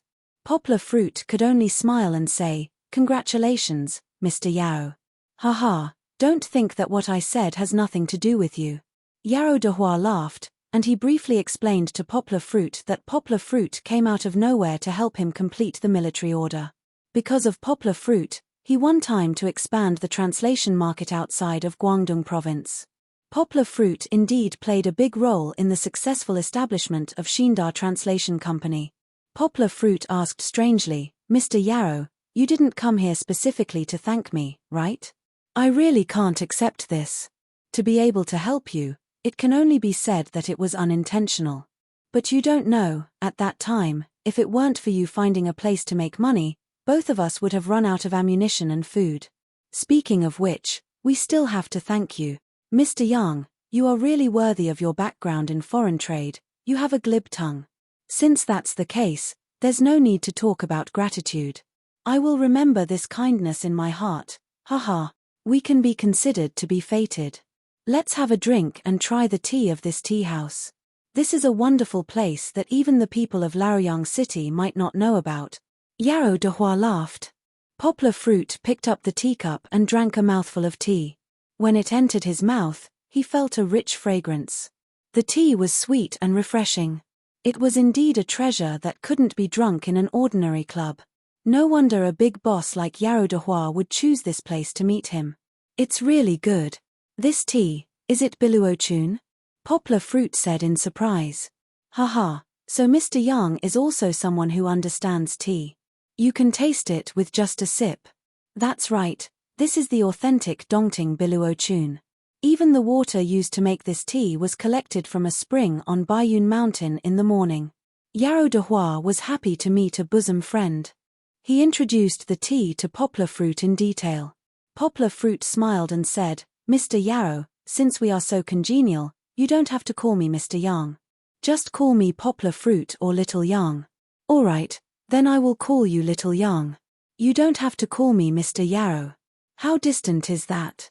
Just call me Big Brother Yarrow. Yarrow de Hua laughed. Big Brother Yarrow. Poplar Fruit responded. Since you called me Big Brother Yarrow, I won't beat around the bush with you. I also like to speak straightforwardly. This time, I came here mainly to invite you to join my new company. Yarrow de Hua said straightforwardly. In fact, Yarrow de Hua had the idea of inviting Poplar Fruit to join a long time ago. However, at that time, he had been busy with the market outside of Guangdong province. The company's several gold medal interpreters were enough, so it was temporarily put aside. In the past few weeks, he had already arranged the entire chessboard. All that was left was the final activation and the cruel competition in the market. At this time, he received a report from the translation department. Poplar Fruit, who was currently the company's strongest gold medal interpreter, had a new situation. He actually started the task of translating French and German. Most of the people who learned languages could master more than one foreign language. The same was true for several gold medal interpreters in the translation department. In addition to English, they also mastered other languages. However, there were specializations in the industry. This sentence was not wrong. Except for Wu Pingzi, the level of the other people's second foreign language could only reach the silver medal level. Therefore, in the translation department, there were also gold medal interpreters in charge of each small language. However, there were relatively few talents in the small language field. According to the feedback of the gold medal interpreters who reviewed Poplar Fruit, they actually expressed admiration for Poplar Fruit's translation. It could be seen that Poplar Fruit's level in French and German was also excellent, not only in the field of English, but also in the field of two small languages, but also at such a young age, Yarrow de Hua was almost destined to become a grandmaster in the future. How could Yarrow de Hua still sit on the fishing platform calmly? Even if he was rich, Yarrow de Hua was willing to put down his status to make friends with Yang Guo. Of course, it would be even better if he could recruit Yang Guo under his wing before the master grew up. Yarrow de Hua's offer to Poplar Fruit was also very generous. The position of deputy manager of the translation department of the new company, in charge of all the interpreters in the small language field, with an annual salary of 600,000 yuan. It should be understood that the annual salary mentioned here was paid by the company. The money that Poplar Fruit earned from doing tasks was not included in the annual salary. In other words, as long as Poplar Fruit did the daily management work and sometimes the gold medal interpreter review and training work, he could use his working hours to earn more money. Yarrow de Hua also explained to Poplar Fruit that the reason why he only gave Wu Pingzi the position of deputy manager was mainly because of Wu Pingzi's seniority in the company. Poplar Fruit had just come in, so Yarrow de Hua could not give him a higher position than Wu Pingzi. However, he promised that if Poplar Fruit could make greater contributions in the rapid development of the company, he would definitely become the head of the translation department in the future. After saying what needed to be said, Yarrow de Hua looked at Poplar Fruit expectantly. His eyes were filled with nervousness and expectation. He held the cup of tea in his hand for a long time. The tea was cold, but he had no intention of drinking it. Chapter 63. The temptation of this offer was really great. Whether it was status, salary, or development prospects, it greatly exceeded Poplar Fruit's expectations, so Poplar Fruit hesitated for a long time. But after thinking about it, Poplar Fruit shook his head. In fact, for the poor Poplar Fruit in the past, it was impossible for him to refuse such a great opportunity. But now it was different. Poplar Fruit was a young stay-at-home father, and after spending more than 3 months with Kiki, he found that even a dream job could not sway his decision to accompany his daughter to grow up healthily and happily. Moreover, Poplar Fruit also liked the current freedom. He did not need others to tell him what to do, he could do what he wanted to do, and he could have the time to learn new knowledge. This kind of life was plain but happy, simple but fulfilling. Even if Poplar Fruit was offered 1,000 taels of gold, he would not be willing to exchange it for it.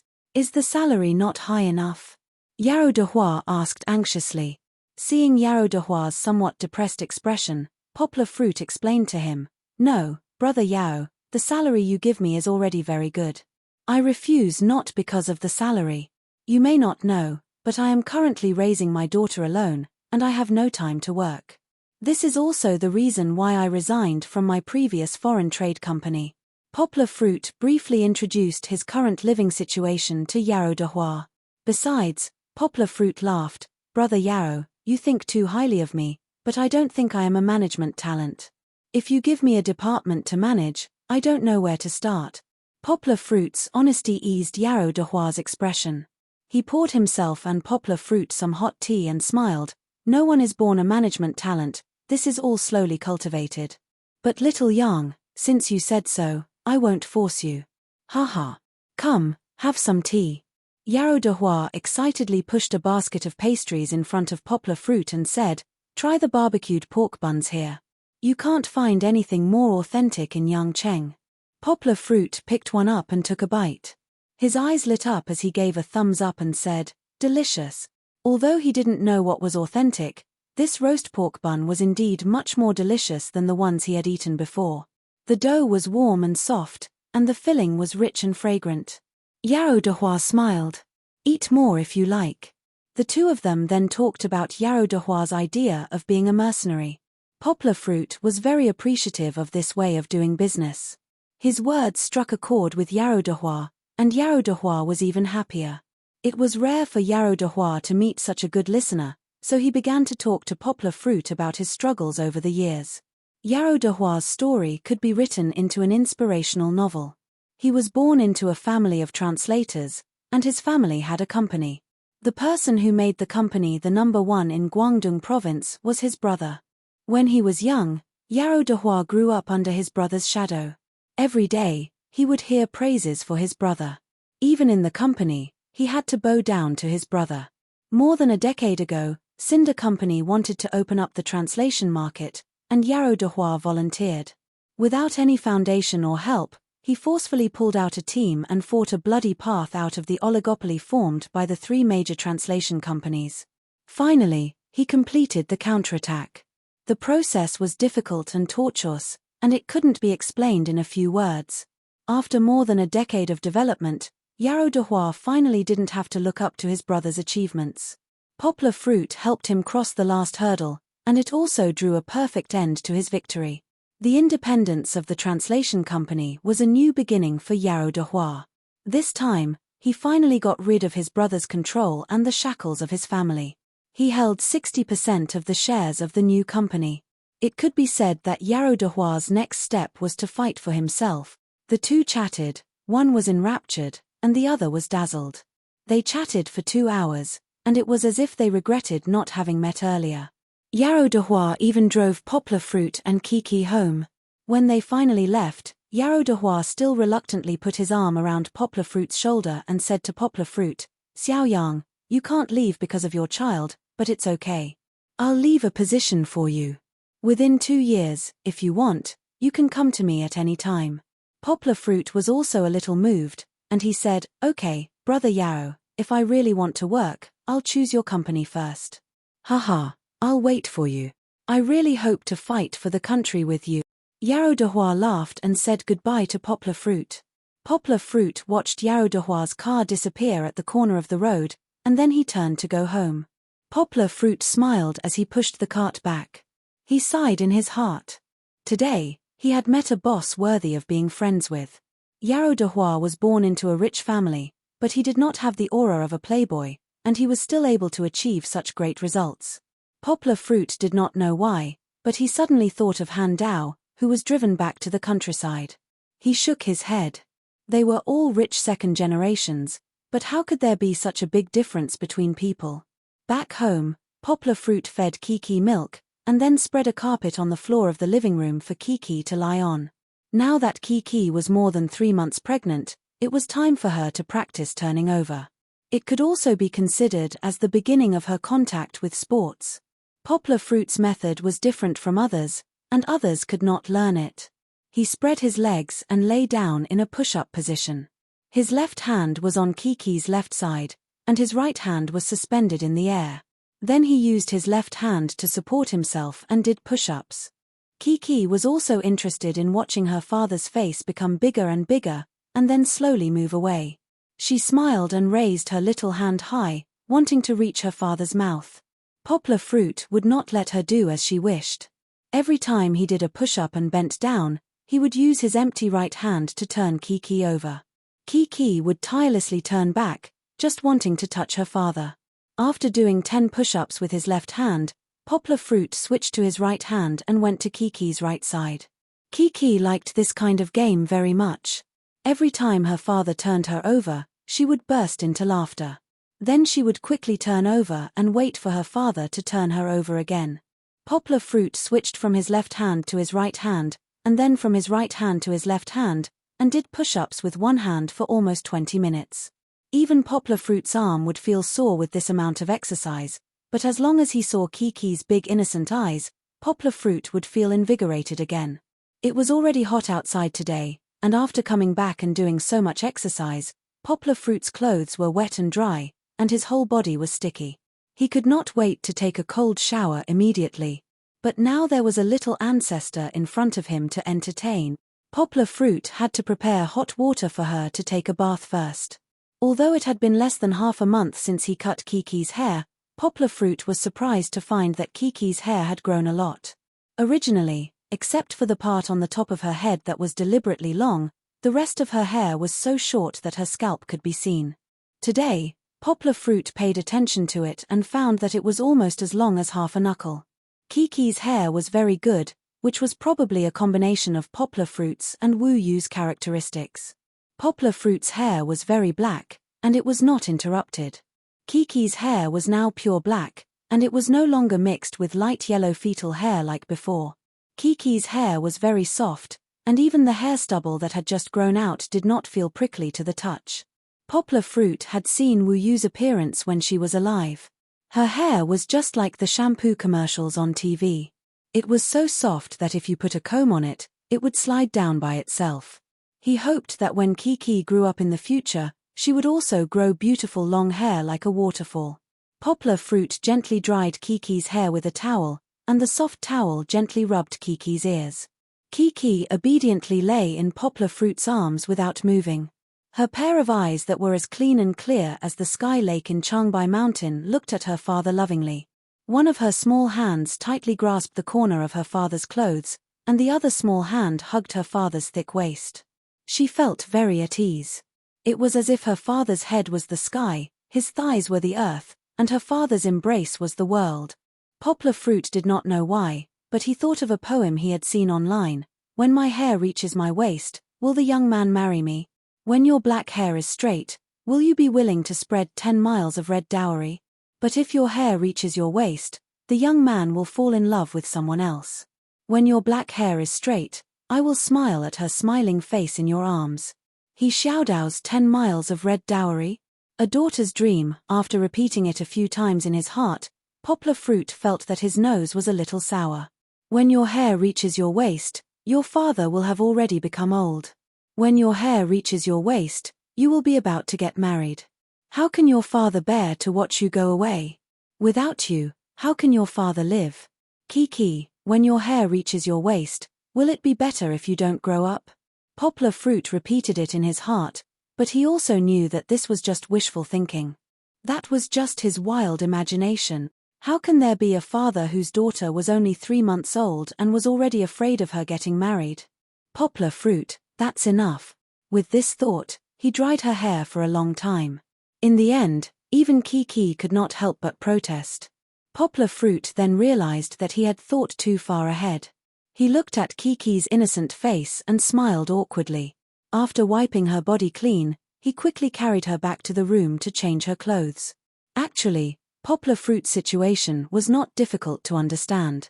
2 or 3 months ago, Poplar Fruit and Lu Yunran broke up, saying goodbye to his first love of 4 years. After that, he had been in unbearable pain.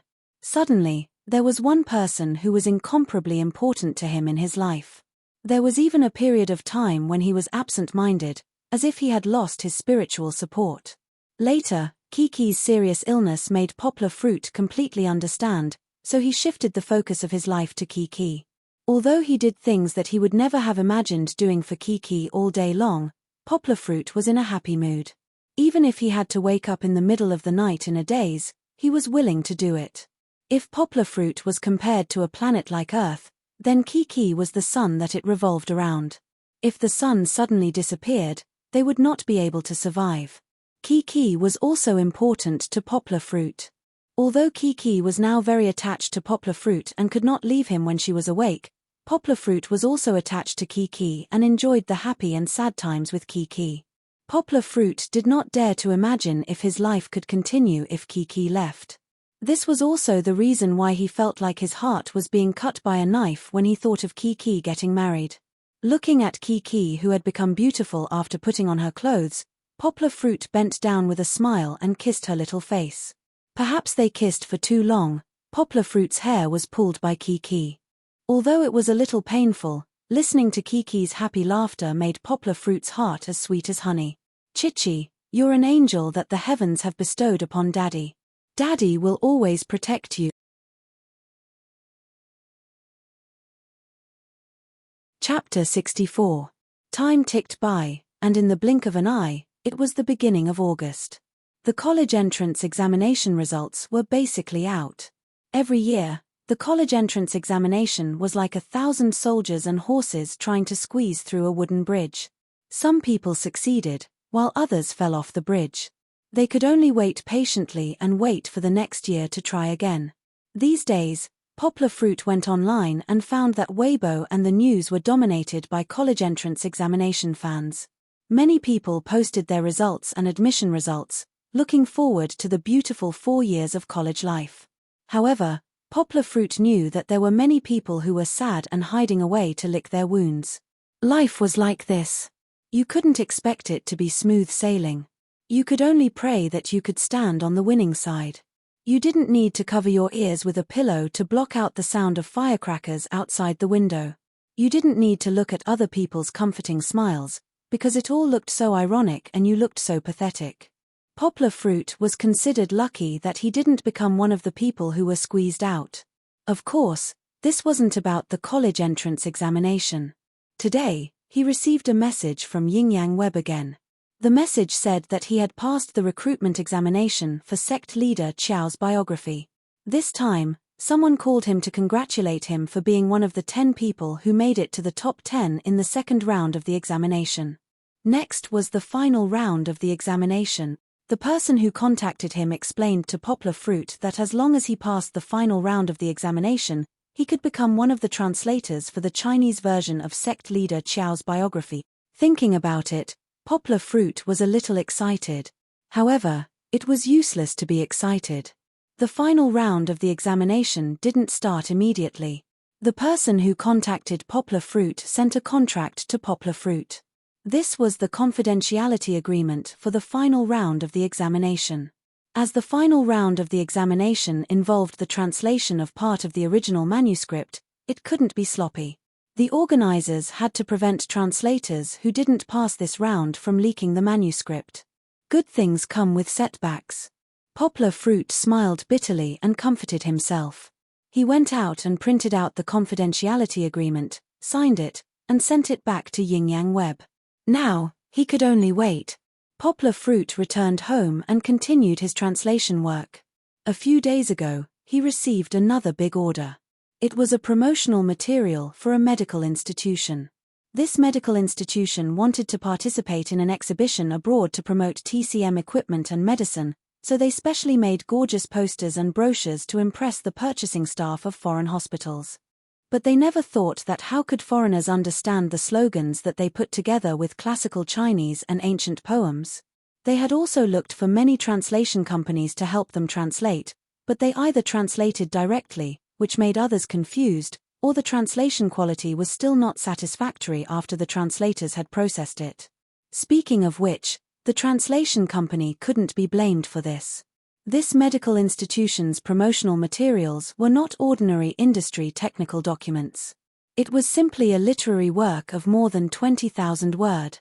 Moreover, it was not an ordinary literary work. It read in a genteel way, with all kinds of ancient Chinese allusions in it. Even poplar fruit felt a bit of a headache when reading it, let alone the translators of ordinary translation companies.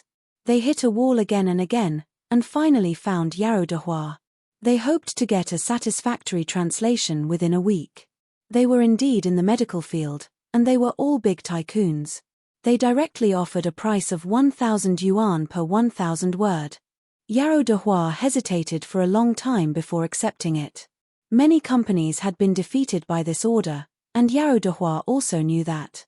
The industry had already been abuzz for a long time.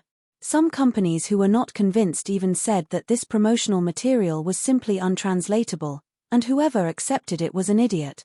The entire translation industry in Guangdong province was waiting to see which other company would be defeated by this order. Yarrow de Hua understood that challenges and opportunities coexisted. If he accepted this order, he would either succeed or die trying. If he failed, he might become the topic of conversation after dinner and become another joke in the industry. But what if he really succeeded? He would give a big slap to those who wanted to laugh at him. Not only that, Xindar Translation Company could also take advantage of this opportunity to set a benchmark in the industry. In the future, who wouldn't know that Xindar Translation Company was the most powerful translation company in Guangdong province? After accepting this task, Yarrow de Hua let the company's 4 gold translators take a look. They all shook their heads, saying that this task was too difficult, and they were not confident that they could translate a satisfactory result. Wu Pingzi walked into Yarrow de Hua's office worriedly and asked him with a sigh, "Boss, isn't it too risky to accept this task? We actually don't lack this 20,000 yuan." Yarrow de Hua rubbed his bald head and said with a wry smile, "Of course, I'm not going for the money. Although our company has been registered, it hasn't been announced to the outside world. This is a big opportunity. If it's successful, our reputation will really be established. It's just that I didn't expect that even you guys don't have the confidence. I feel that this step is too big, and I'm afraid that it will pull the balls. Boss, why don't we look for poplar fruit?" Wu Pingzi said. "Can he do it?" Yarrow de Hua asked. "I've seen a few of his tasks before, and I feel that he is still very good at literary translation. Besides, we have no other better way than looking for him. If poplar fruit can't do it, I'm sure that no one in Guangdong province can do it." Yarrow de Hua nodded and said, "Okay, I'll call him and tell him. By the way, didn't you say that he was doing a task last time? You guys should be prepared to take over. The reward for the task will still be given to poplar fruit. Whoever does it, the company will also have additional subsidies. The most important thing now is to finish this task first." So, this task was finally handed over to poplar fruit. To be honest, although this task was also 1,000 yuan per 1,000 words, it was not simpler than the 100,000 yuan task last time. When poplar fruit saw this document for the first time, he was dizzy. His eyes were full of literary words, which he had never seen before in his career as a translator. However, poplar fruit did not back down. Instead, he rubbed his hands and felt very excited. The more challenging it was, the more interesting it would be. Flipping through those technical documents every day was like copying a book. It was really easy to memorize a paragraph and rewrite it. It was rare to encounter such a task that he could use his brain. How could poplar fruit not feel happy? Of course, although he was very happy, poplar fruit still paid attention to this document. It was indeed a document that had stumped countless translators. Poplar fruit read it carefully. There were more than 100 sentences in more than 20,000 words that could not be translated directly. After marking these sentences, poplar fruit categorized them into 2 categories, those that could be replaced with foreign allusions and those that could not be replaced. Poplar fruit had also frantically searched the internet for allusions that matched the meaning of the former. Some of them were too obscure and could not be found, so he had to categorize them into the latter category. The latter was the most difficult translation of the entire document. Poplar fruit also racked his brains and constantly tried various translation techniques. In order to make the meaning clear, the order of some sentences was even messed up by poplar fruit. Even so, poplar fruit still spent a long time smoothing out these 100 sentences. Including today, poplar fruit took a total of 4 days. Fortunately, after doing all this, the rest was much simpler. Poplar fruit only needed to translate the remaining 10,000 words and then make some adjustments. Poplar fruit, who had been busy for the whole day, could finally breathe a sigh of relief and give himself some time to rest and adjust. Tonight, Kiki was particularly active. He did not know if it was because she slept too much during the day, but she still did not feel sleepy at 8 o'clock. Poplar Fruit wanted to carry her back to the bedroom to sleep, but she desperately struggled, unwilling to lie on the bed alone. Poplar Fruit had no choice but to carry her to the living room. He spread a blanket in the middle of the living room and let her lie down and play on it. Poplar Fruit was holding a book and reading by the side, his left hand still supporting Kiki. Although Kiki did not know how to crawl yet, Poplar Fruit was still worried that she would accidentally roll somewhere else. It would be troublesome if she bumped into something. Kiki was happily twisting and turning on the blanket. She found that she could not get rid of her father's big hand no matter how hard she tried, so she simply lay down on the blanket, biting the pacifier while playing with her father's hand. Kiki's hand was still very small. She could only hold one section of her father's finger, but she was still playing with her father's left hand excitedly. She was not tired of playing with her father's left hand. Ouch! Poplar Fruit was reading the book when he suddenly felt a sudden pain in his palm. He could not help but retract his hand. Poplar Fruit turned his left palm over and looked at it carefully. There was a long red mark, and there was even a thin line of blood oozing out. Kiki, who was the culprit, was still waving her small hand proudly. If she was not biting the pacifier, Poplar Fruit believed that she would definitely laugh out loud. This girl. Poplar Fruit touched his hand. It did not hurt anymore, but he did not expect that his skin was rough and thick. She actually scratched his skin. It was only 3 months, and her fingernails were already so long. Poplar Fruit held Kiki in his arms, picked up one of her arms, and placed her small hand on his right palm with his right hand to examine it carefully. Sure enough, Kiki's fingernails had grown out. She was now like a kitten that did not retract her claws. As long as she pressed them on Poplar Fruit's skin, they would leave a deep mark. If she casually scratched his body, with Kiki's current delicate skin, wouldn't she hurt him? Poplar Fruit was a little scared when he thought about it. Moreover, when her fingernails grew out, it would be easy for her to get dirty. Now that she had a pacifier, it was better. If she was like before, biting her fingers every day, who knew how many germs she had ingested? He could not delay any longer. Half an hour later, Kiki was finally tired and fell asleep. Poplar Fruit took out a nail clipper from the drawer and ran to the kitchen to rinse it repeatedly with water. In the end, he was still not satisfied, so he took out some alcohol from the cupboard to disinfect it again. Kiki lay on the sofa and slept soundly. Poplar Fruit knelt on the floor. He pulled Kiki's small hand and held it in his own. Poplar Fruit placed his arm on his thigh to prevent his hand from shaking and pinching Kiki's flesh. Separating her fingers, Poplar Fruit began to cut from her index finger. He did not dare to cut too short, so he left a little bit. Then, he tried to cut as curved as possible. He touched it with his left thumb and then trimmed the parts that were not smooth. Poplar Fruit took almost 5 minutes to cut the first finger. After that, he became more skilled. After cutting all the fingernails, Poplar Fruit stood up and found that his feet were numb. Poplar Fruit found a wet towel and wiped Kiki's 2 small hands that had just been cut. He smiled with satisfaction. Great. It was like a piece of art. Poplar Fruit, you're amazing, he thought proudly in his heart. You're tuning in to the Dreamy Chapters YouTube channel. We're so grateful for your support, and don't forget to subscribe to join us on this incredible journey through captivating stories.